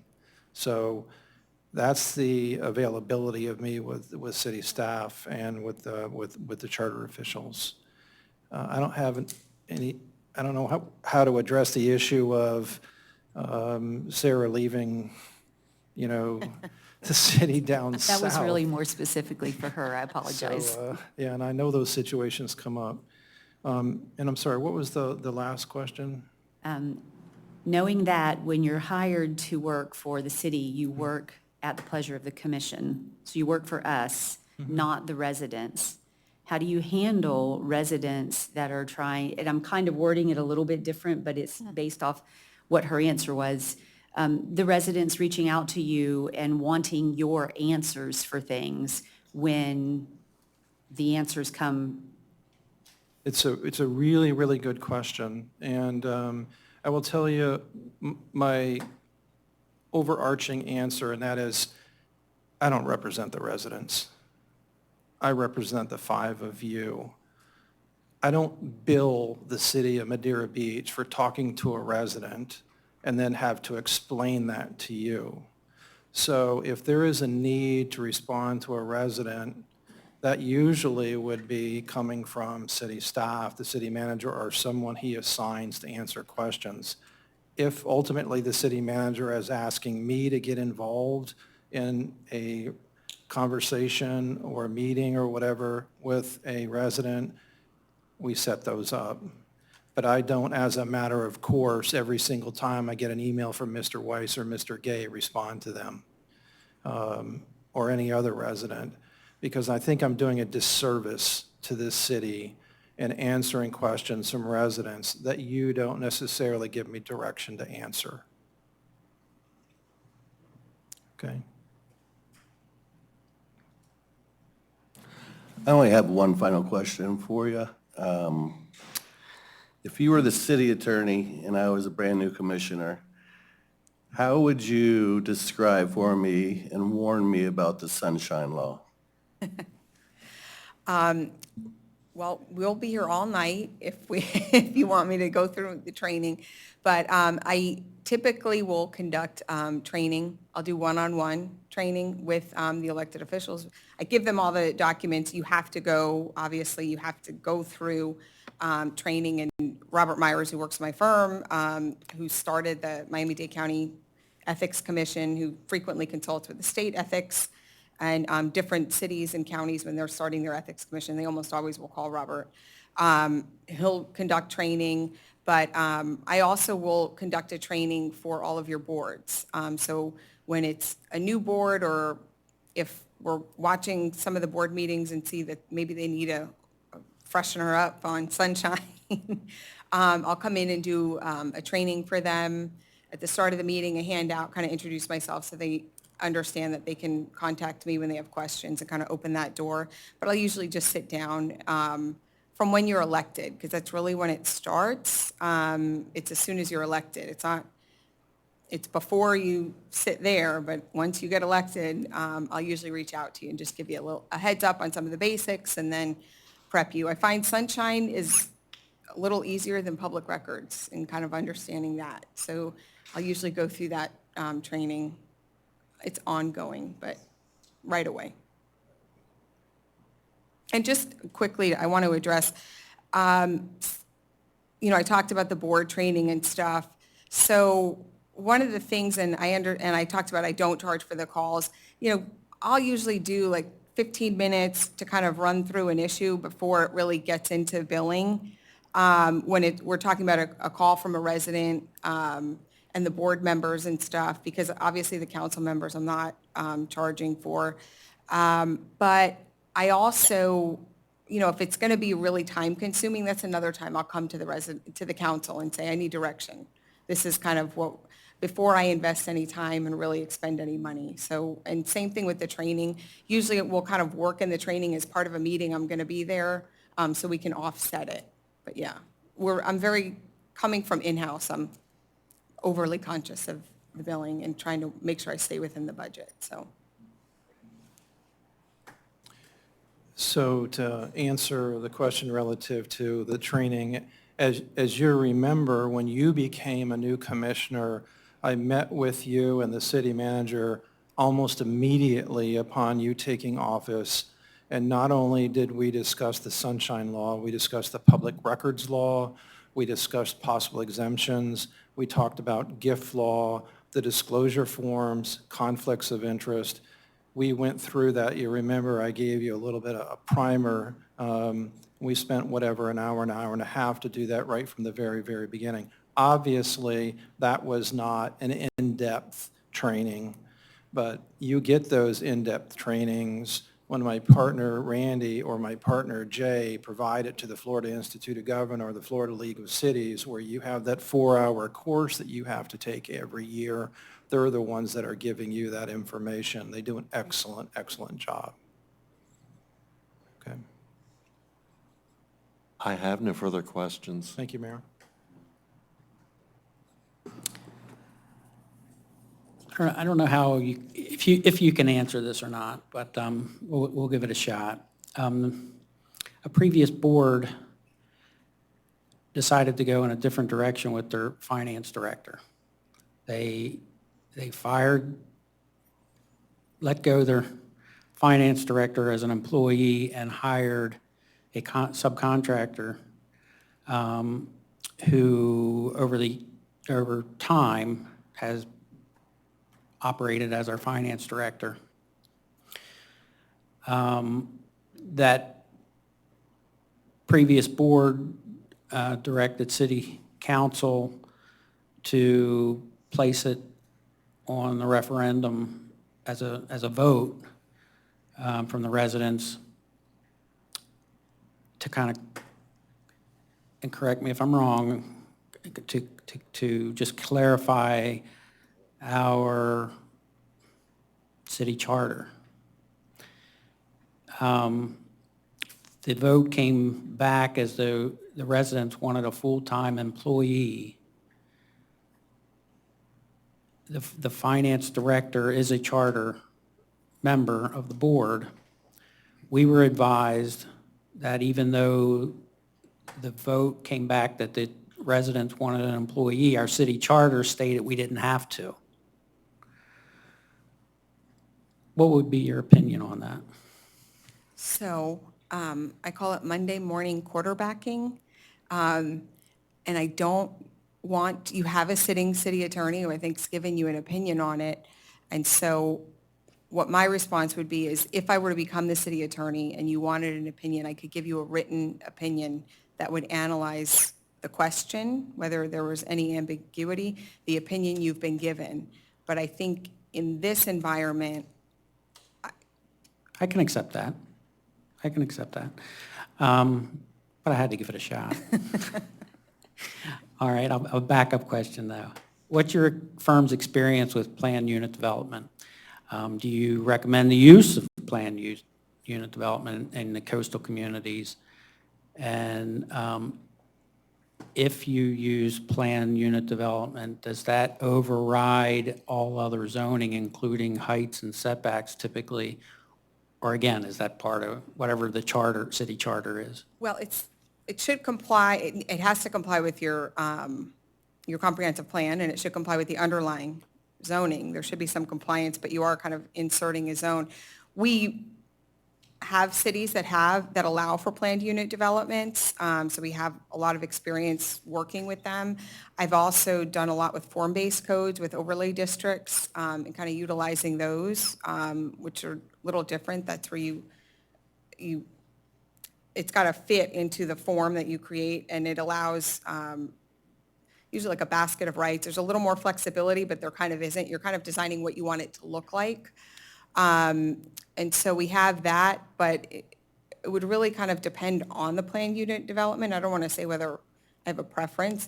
Does it fit what you're looking for? Are we able to? Or what is your experience with, do you have experience with planned unit development? I've worked with some planned unit developments. They never ended up being built, so that's me. My firm has significantly more experience. I'm just speaking to mine. They ended up not being built. That was because at the time in the environment, just financially, it didn't make sense anymore. And a couple of them were challenged, and so that held it up for several years. By that time, the market had changed, and it wasn't a financially viable project. So alternatively, we went to a form-based code with overlay districts. So we had the underlying traditional code that you're used to, and then we did a form-based code for over that district where what the city did at that time was, because the planned unit developments failed, they essentially said, okay, we're going to call in some planning experts, and we're going to kind of decide what we want there. And then it has to fit into, so it was, as opposed to them coming in and you working with them and essentially negotiating, we just kind of set what it was in that instance. But there's probably hundreds, if not thousands, of planned unit developments we've worked on. Okay, they sound more like areas and not, I was referring to a single. The area turned out to be like a building. Yeah, that's what I'm talking about. Yes, so it's, when I say the overlay district, it's really like maybe it was like a block, but these are buildings. So it's very similar to what you're describing. Yeah.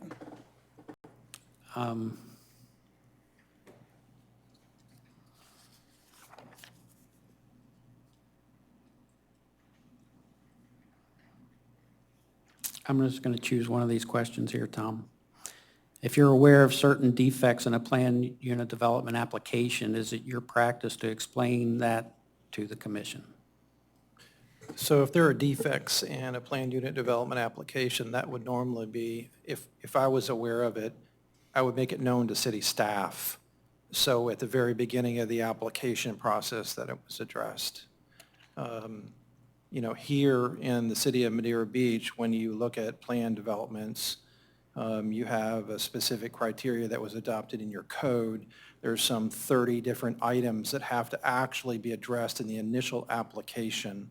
And if they're not in that application, then that's something that needs to be brought to planning staff's attention so they can address it with the developer. But ultimately, when it comes before you, it should have all of those requirements that are listed in the code for that site plan application. It should be there. It may not be acceptable to you what's there. It may not, for example, a setback may be not enough. Maybe it's too large. Maybe you want all your buildings street front with all the parking in the back. Maybe you want the building in the back with all the street parking in the front. So there are things that may be promoted in the actual application that they dot all the i's and cross all the t's in the application process, but you don't feel it's appropriate during the approval process. Thank you. Did you want to?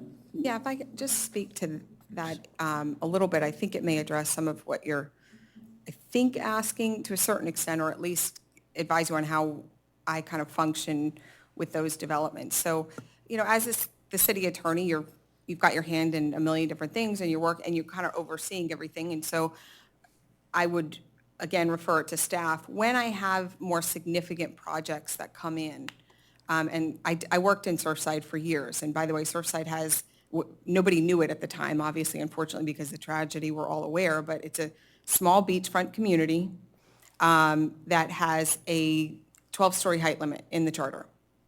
You cannot go higher than 12 stories. And so there really was a cap on density. It's immediately south of Bal Harbor, which has a 30-plus story building, and it's north of Miami Beach, which has significant high-rises, and then it's flat.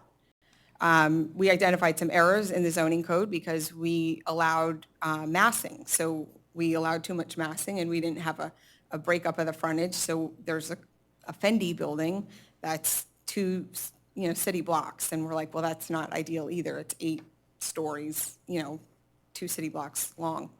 But when a project would come in that was going to have a more significant impact than, say, a single-family dwelling or maybe some townhomes, we have cost recovery built in. So the developer would pay for the attorney. They pay the rates for the attorney, any other experts, right? Landscape architects you bring in to complement the staff for reviewing that project. And we have one of our attorneys, and so I would bring in somebody from the land use team, and they're going to review it in a way that me as the city attorney is not. So I'm relying on staff. I'm not always, sometimes, but not always getting into kind of the calculations and checking that. And so you have a dedicated attorney to that application that's reviewing it, that's really going into the weeds. And it's not, the cost is not borne by the city, as it shouldn't be, because this project has a more significant impact on the community, and so you need to make sure that those experts are giving it that extra attention. And so they come in for it. And so we frequently have identified conflicts or areas that need to be explained in the application, things that maybe need to be fleshed out. And so that's usually how I handle when it's just a larger development that's coming in. That's interesting. So if I understand you correctly, the city would have an attorney dedicated to that plan development? Whatever the development. So I'll call in, one of my colleagues that I work with frequently. We know each other well. And Susan, like I explained with the comp plan issue. And we also have another project that's coming in. It started off as mixed-use development. It was going to be apartments with offices on the bottom. That was not going to be well received, and so now it's townhomes. But Susan is going to she's working with the planning staff and me, of course, to review that application to make sure it's in compliance with all of the changes that we made to the comp plan, the changes that are coming with the zoning code. So she's reviewing it with staff and obviously myself, and so she's at those meetings for that particular project. Because that one's extremely controversial, if it's not that controversial, she may just kind of review it for me and kind of work with staff to make sure certain things are fleshed out. And it's just working with somebody that's making sure that they're giving it the attention that So- it needs. And so that way I'm not pulled off, so I'm not telling your manager, oh, I know you have, all these capital projects that you're trying to get these procurements approved and, 800 pages of agreements that you need me to sign off on, but I can't this week because I'm looking at, I'm deep in this development project. So that's not reasonable either. So you kind of have to be able to, But that's all in-house typically. It's all within your firm. yes, yeah, absolutely. I'm having a hard time remembering how we did most recent, the Schooner project. I know we had to have representation on the city side. Was me. Was that you? Okay. Sorry, just trying to remember. All right, thank you. I know that there's a lot of detail about this question in your packet, but I'd like to ask both of you, just so that it's out there, what is the cost of your retainer per month? But more importantly, what's included in the retainer and what's billed separately? You want to start with me? Yeah, Okay. I've just been going back and forth. All right, so the proposal that I have provided you is a retainer of $7,500 a month. You've been paying a $7,000 a month retainer, I think, for the past 6 years. There's been no increase in it. When I came on as your interim city attorney, I advised Mr. Daniels and the commission that I would just continue on at the same retainer rate and the same hourly rate as the previous attorney. Obviously, I was thinking it was going to be a job that I was only going to have for a couple of months as the interim city attorney. It's obviously taken longer, almost, 3 years now that I've been sitting in that position. So it has not changed. But for the proposal that I provided you today, it's $7,500 per month, and that covers the first 40 hours of my time. So that's whether I'm talking to Robin, I'm having a meeting with a commissioner, meeting with city staff on a utility issue, a stormwater issue, whatever. All of that time I keep track of, and when it hits to that 40-hour mark, then the retainer stops. So the retainer then would be fulfilled for the month, and then the rate is $225 an hour for the work after that. And the $225 is what I believe is a comparable rate compared to the other cities in Pinellas County now. And so that's the charge that we would be charging the city. So any matters that are quasi-judicial in nature, other than the ones that are here at the commission. So for example, the special magistrate hearings, those would be billed by hour. The planning commission, those are billed by hour. And then any litigation that we're representing the city on, that would be billed by hour. So the short answer is $7,500 a month for 40 hours. After that, $225 Yes. per hour. Yeah. Thanks. Thanks. Ms. Johnston?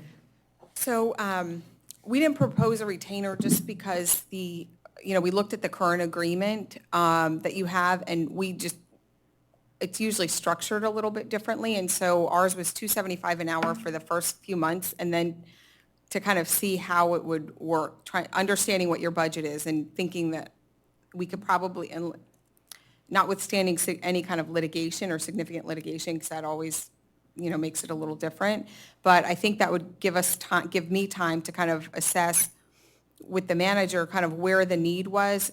So when I structure retainer, I usually like the routine, the meetings, I call it a flat fee because I usually will kind of say, okay, all your meetings, all the, when I come in with staff, the routine matters that I handle, preparing ordinances, resolutions, reviewing agreements, your traditional kind of planning stuff that isn't, your townhomes, your less, the things that don't go to cost recovery, those types of items, those smaller research projects that are, less than 10 hours, not significant.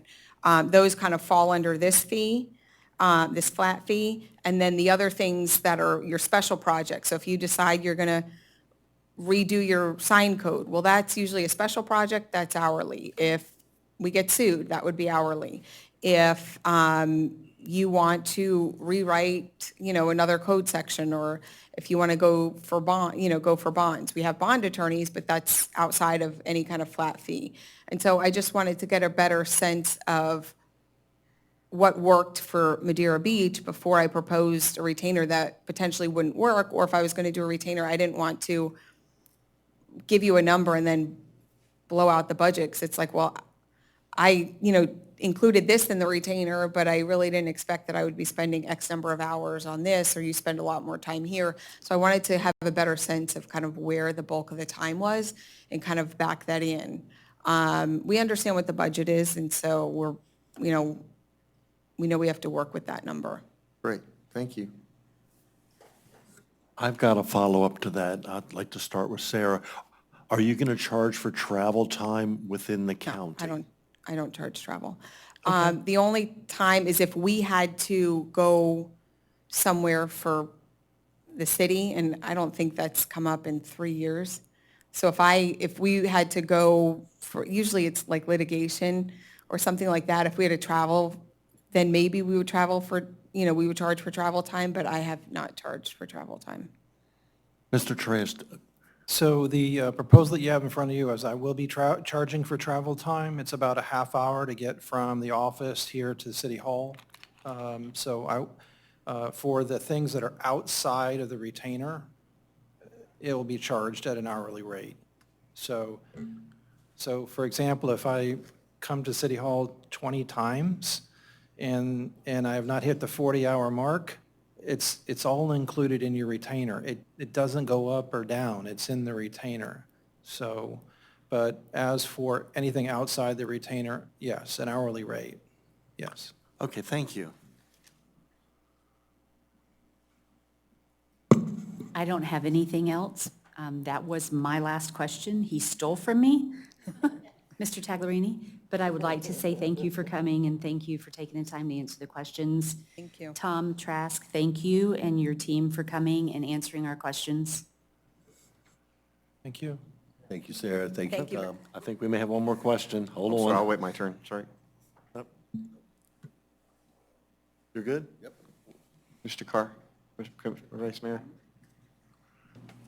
I'm reviewing my questions, 1 second, just to make sure that there's nothing that I feel like it hasn't been addressed.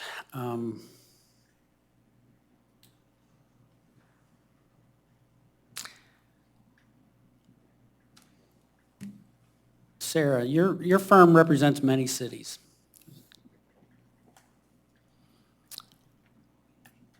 How does that benefit Madeira Beach? It's a significant benefit. So when COVID came out, all the emergency orders, when we had to do the procedures for COVID meetings, we had a direct line to the governor's office because we represent so many local governments and figuring out how we were going to be able to have meetings. And so we established procedures, and that's something we were able to spread that cost around to all the cities. So no city had to pick up the cost of kind of developing those procedures to be able to hold meetings and how we would move forward with business, with the CARE Act, and so the COVID funds. Because we have so many cities, we need to understand how that works, just for the manager, right? What you can spend the money on, how it's going to look, how much money you're getting. So those are things we had an attorney dedicated for. FEMA, so for example, knock on wood, you haven't really been hit by a hurricane, but, right, when that happens, we have other jurisdictions, we have those emergency management plans in place. We were the first firm to represent a city with the new FEMA appeal process. We ended up getting back over $2 million for one of our clients. And so we now have that experience. So with that, we implemented certain procedures, learning from that, and we were able to kind of widely adopt that in all of our cities. And so we're able to just kind of spread out the costs on a lot of these things, or half the time when something new comes up, or like Live Local, some of the more recent legislation, we've done it because we have 10 to 20 other cities that are, dealing with it, and so somebody's already worked on it. You had the First Amendment testers that were coming around to see about the meetings and speaking, and if you were violating it, and could they set up and start. So we immediately kind of implemented these procedures, and we've got these adopted procedures that we've prepared, and so we modify them for the cities, but it's just a matter of me modifying it rather than creating it from scratch to implement, so. Great, thank you. Mr. Trask, congratulations on 50 years. Thank you. Your firm is an anchor in the coastal communities here. How does that benefit Madeira Beach? Well, I think it benefits Madeira Beach in a lot of different ways. The first way, just so that you understand, there are a lot of things that are happening on the beach communities that you may think are only happening in Madeira Beach, but because of the fact that we have, this slew of lawyers that are handling other municipalities on the beach, there are issues. For example, the vacation rental issues that are so prevalent on the beaches. Well, there's 2 experts or 3 experts right there on vacation rentals. So we have the ability to say, hey, I've done this in my community. I don't know if it's ever going to come up in yours, but here it is. Here's an example. Here's the case law. Here's a legal memorandum on this issue. Keep it in your, your legal research files and so forth. So I think that having all of us representing 16 different municipalities and boards in Pinellas, Pasco, Manatee, and is that it? Manatee? Okay. Okay. So I think that we've got the handle on what's going on. I didn't pass out the list of the law firms here in Pinellas County, but I'll just go ahead and pass it down. Which law firms are representing which municipalities in Pinellas County, but you can see the vast majority of the cities in Pinellas County we represent.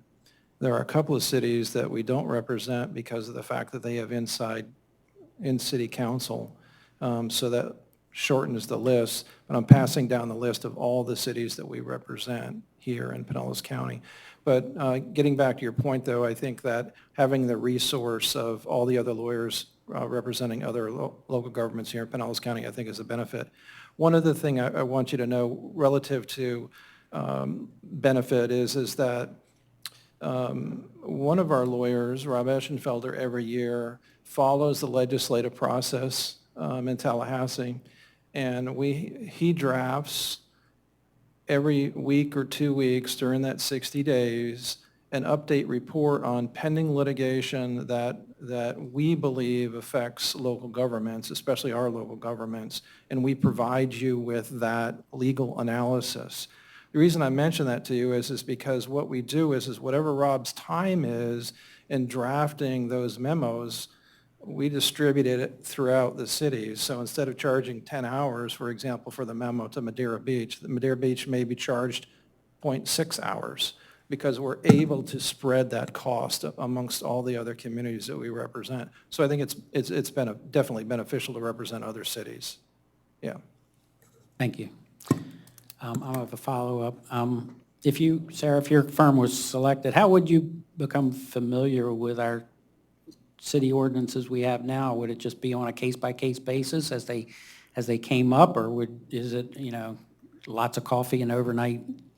So I learned this early on. As much as you remember and you know something off the top of your head, you always go back and read it again when stuff comes up. So I've already done a lot of research, and I've looked at your city ordinances and your charter and some of the pending issues and your budget. And so I've done that, and I spend a lot of time reviewing and preparing for meetings and kind of being versed in not only the things that I know are going to come up, but the things that potentially could come up. But a lot of times it is a matter of, you refer back to it. I almost think it would be irresponsible for me not to check the ordinance when issues come up. Things change, or sometimes how you think you remember it, it's a little bit different. The words might be a little different. So it's just a matter of, cities that I spent a lot of time in that I'm very familiar with, I still will kind of go back and look. So I spend a lot of time looking at the code of ordinances, your comp plan, your charter, your land development code, resolutions. And so it's just diving in and preparing. Cities where I've rewritten most of the code, I still go back and always look. Sometimes you think you wrote it a certain way, and when another issue comes up, you look at it and you're like, okay. So we're gonna have to. So it's just spending the time to do that. It's usually not actually a significant amount of time that I wouldn't do it if I was already here. Some of the institutional history, kind of learning some of that, which I get from staff, the managers, the elected officials. Those things kind of come with it, but a lot of times it is research. But I will say that I've spent quite a bit of time watching your meetings, looking at your code, watching some of the presentations and going through that, just to kind of understand from that part some of the things that are going on here. Well, while I have the microphone, I just wanted to thank you both. I think the city would be well off with either. It's going to be a tough decision. Appreciate it. Thank you. Thank you. Thank you. I know it's been a lot of questioning, and I appreciate your patience. But I have one more to give you an opportunity to brag a little bit, if you wouldn't mind. Would you describe a project that you've worked on with a municipality, as a municipality attorney, about which you're particularly proud? It would be good if it was Madeira Beach, but it could be another, municipality, to be fair. Well, to tell you the truth, I was particularly proud of the project where Caddy's is now, but it wasn't Caddy's when I was working on that project. It was supposed to be a high-end steakhouse with very little road traffic. So in negotiating, and I know that we've talked about Kitty Stewart Park, which is adjacent to Caddy's now, that was a big issue. One of my major concerns was protecting that park. And I thought that we did a great job negotiating that development agreement and getting the developer to provide us with some additional 5-foot easement for additional parking to pay for the entire remodel, repaving, stormwater, everything on that project. We negotiated that, provided a bathroom there, and then it sat. It sat for a couple of years, and that was the frustrating thing. But I was very proud of the fact that we negotiated that development agreement and got such a big benefit for the city in redoing Kitty Stewart Park. So that's a project, I would say. And it was on Madeira Beach. Great, thank you. It was in Madeira Beach, yes. Ms. Johnston? So I won't use the water projects because they're not as exciting. It's very boring. But I did do a P3 project. It was one of the early P3 projects. The statute came out right after it was amended, and we turned a park that was in a really depressed, blighted area of town. So we built a charter school. And as part of the charter school, we also had a soccer academy. And so the first agreement was with Boca Juniors Soccer Academy and then transitioned to La Liga. But it was a very successful academy, and it offered really advanced soccer program for youth all the way up to adults. And it was attached to a SLAM charter school. And so for the first time in the jurisdiction, they actually had a school, middle school, that the existing middle school was not doing very well, but this middle school started out as a C, which is not very easy to do for your first year. And so it's been incredibly successful in terms of attracting residents to the community and just giving students a really nice, brand-new building to go to school. So that project. Wonderful, thank you. Yeah. I have no further questions. And again, thank you both for your patience. And, Absolutely. Thank you for your Thank you. time. Okay.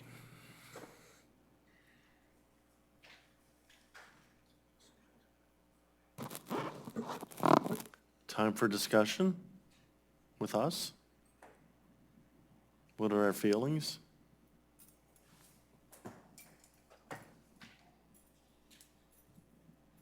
like I said in my final remarks there, I think we have two fine firms. They both have their strengths.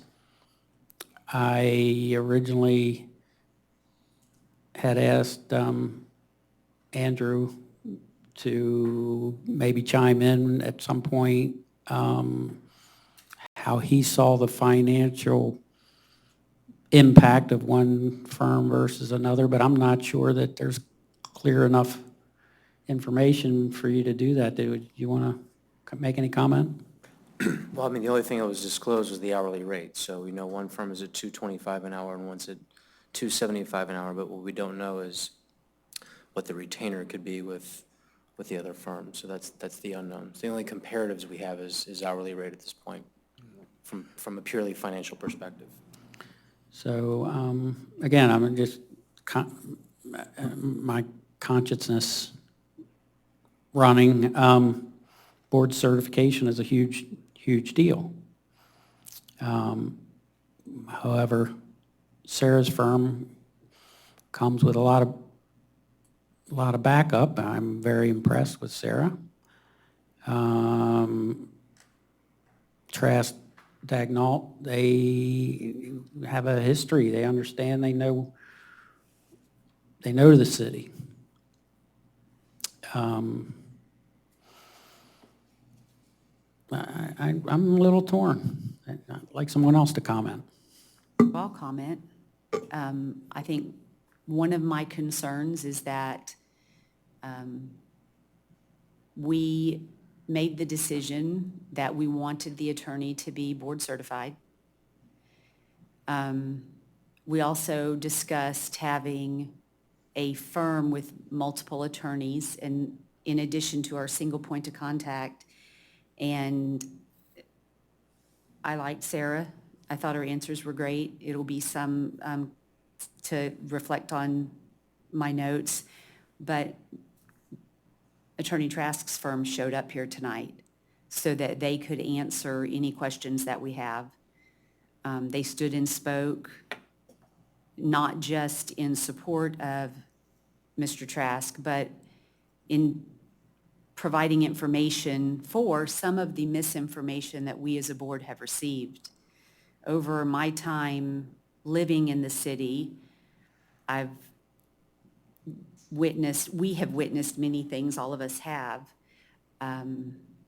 So, I mean, I feel strongly that we are hiring a team. We are getting a single point of contact, but we're hiring a team. My experience being on the board has been that he's extremely accessible to any questions that I have or any needs that I have. He's easy to meet with. One of the things that I wrote down that I found I particularly cared for was the question on the top three things that the attorney felt it was important to provide, sound legal advice being a given, counseling the commissioners, acting at the direction of the commission, and dealing with the city staff and staff issues. In the particular case of the staff having the attorney that we currently have, what I've heard as feedback from the staff is that they enjoy working with him. I don't work with him on a day-to-day basis or a weekly basis. I mean, we meet every 2 weeks, but we get Mr. Trask here, and then if we call him in between, I feel like he has served the city very well over his time being here, and I think he's done a great job. That's my opinion. And my opinion's based on my experiences. I think that there's a lot of misinformation. I hope that people listened tonight to more than just the negative that we've all received, and that we all take the time to reflect on that information that we've received here from both attorneys and make our decisions based on the facts. As Vice Mayor Kerr said, it's a tough one for me. I was impressed that Ms. Johnston's firm has so many cities that they represent, so many board-certified lawyers, but I have to say Mr. Trask's personal experience is pretty vast, right? And I admire her for her career later in life, although she has all the answers. And the couple times I've had to contact Mr. Trask, he's been Johnny on the spot, respond and help me out as quickly as he could. Doesn't mean that Ms. Johnston wouldn't. So these are the things that are making this choice so difficult for me. But I do want to say that my interactions with Mr. Trask have been positive.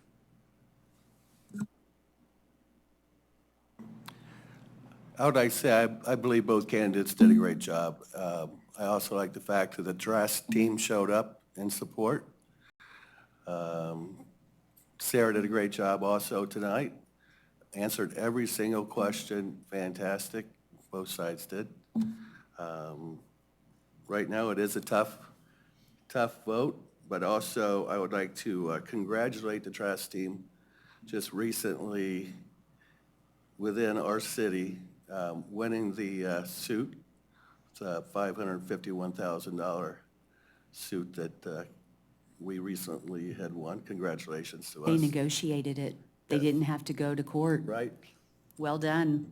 And that's just one example that I just wanted to put out there also. So thank you, both sides. And from the mayor, kudos to both candidates. This is going to be a tough decision. I'm not in a position to play my hand tonight. I'll probably re-watch this video and reflect on the answers.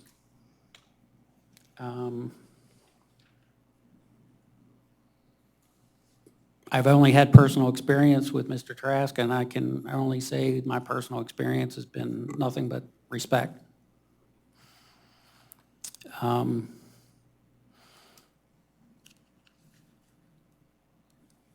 Mr. Trask did make, and he shouldn't be penalized for it, he did make a remark that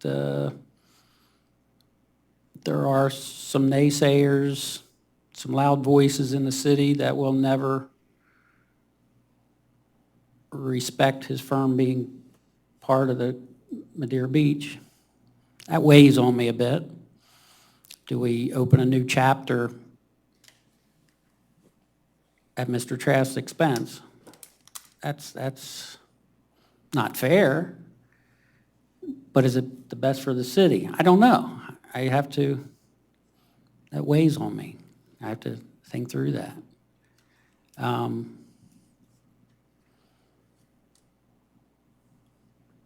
It weighs on me a lot because I respect Mr. Trask and I respect his firm and I enjoy his experience with the city and his knowledge of the city's working and the respect that the staff provides for his service.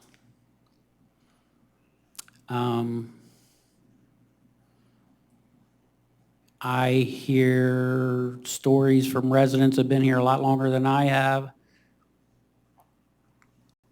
with their concerns and residents that I respect.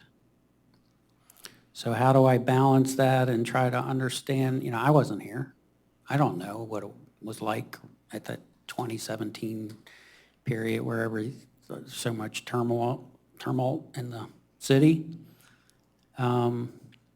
All I know is the man that sits here that I've gotten to know, and I respect how he, in sunshine and when we're out of sunshine meetings, how he represents himself and the firm.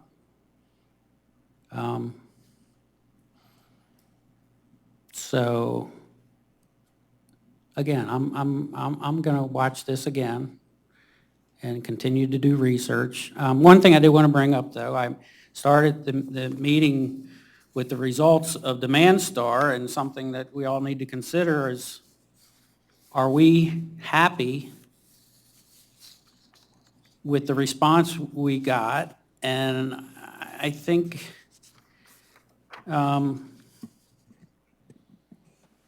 of the residents stated when they, in the public speaking, I really think it comes down to if we are not satisfied with the firms that responded, then we need to look at maybe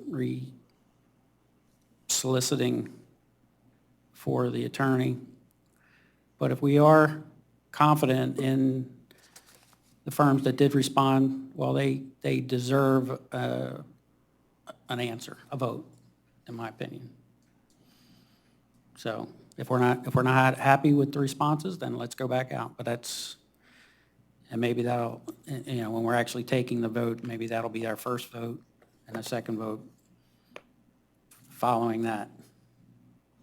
Does that make sense?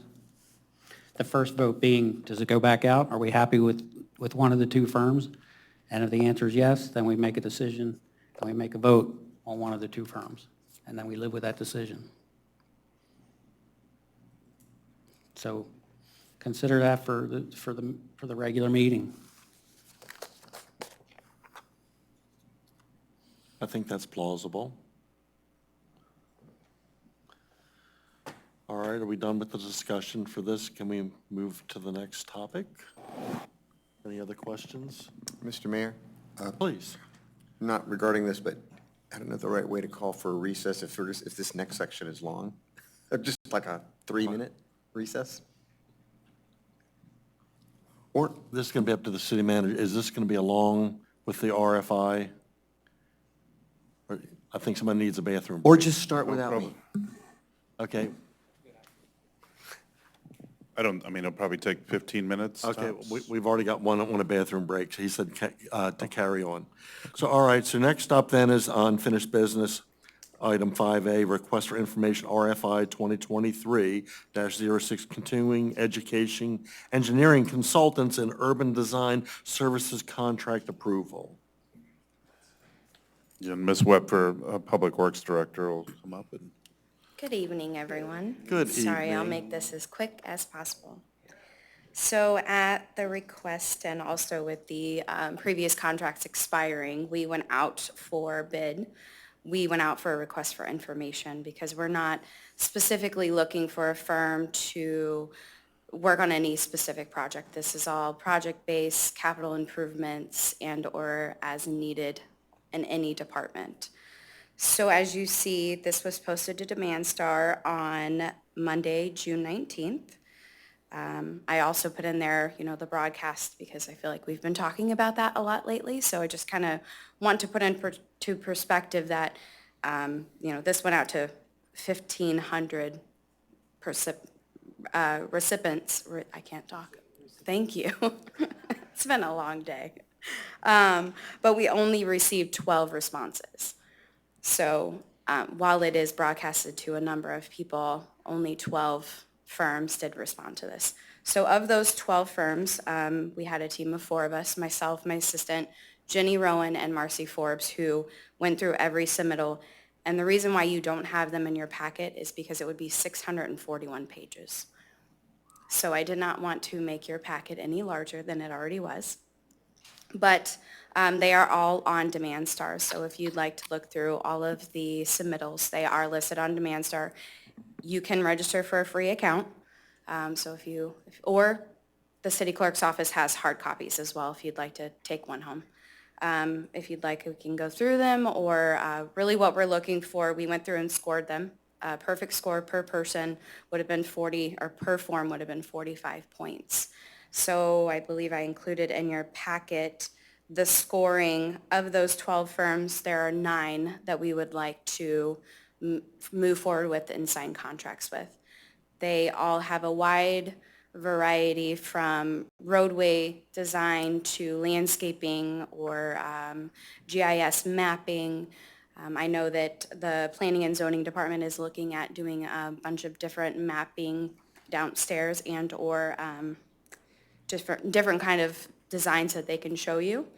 So from the Public Works standpoint and also the Planning and Zoning Department, you can look through our checklist and see kind of how some of them scored a little bit different because some of them were more planning and zoning based, whereas some of them were more stormwater, roadway, public works side.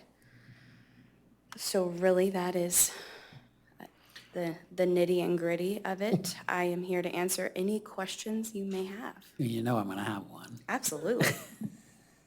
Is there a requirement for them to be local?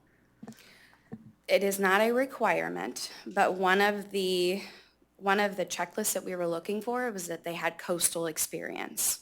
So if you look through the checklist that I've included in your packet, you will see that a couple of them may have comments either not coastal or coastal, especially for stormwater.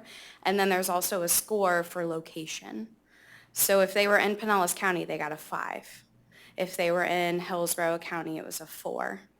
So typically, if you see a 5, then they're local, but it was not a requirement. But 2 of the firms that we are not signing with are on the other coast.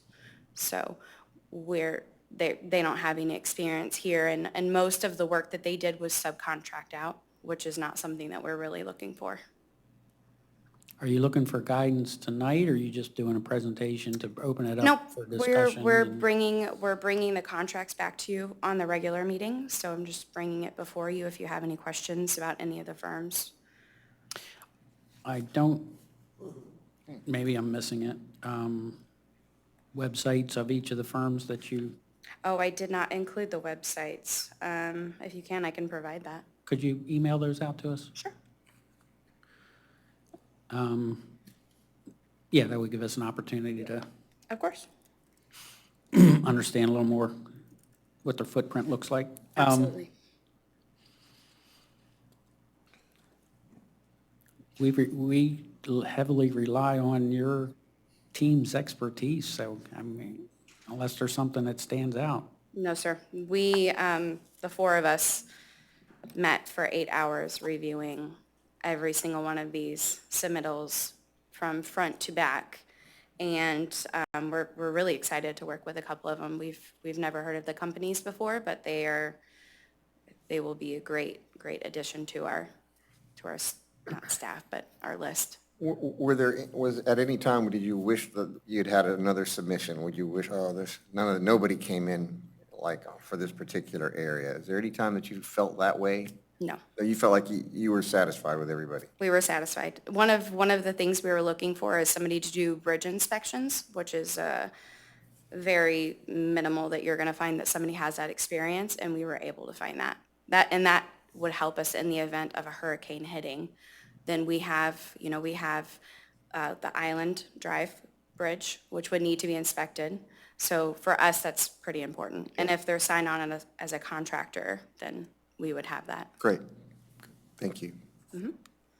So just to add a little bit to Commission, this process, so we have our infrastructure or what we maintain and contract to either design, maintain, repair, replace, et cetera. So from roads and streets to bridges, as Megan said, to structures, to whether we're going to build a structure or we're going to, what else? I mean, anything that we would maintain or related to within our city.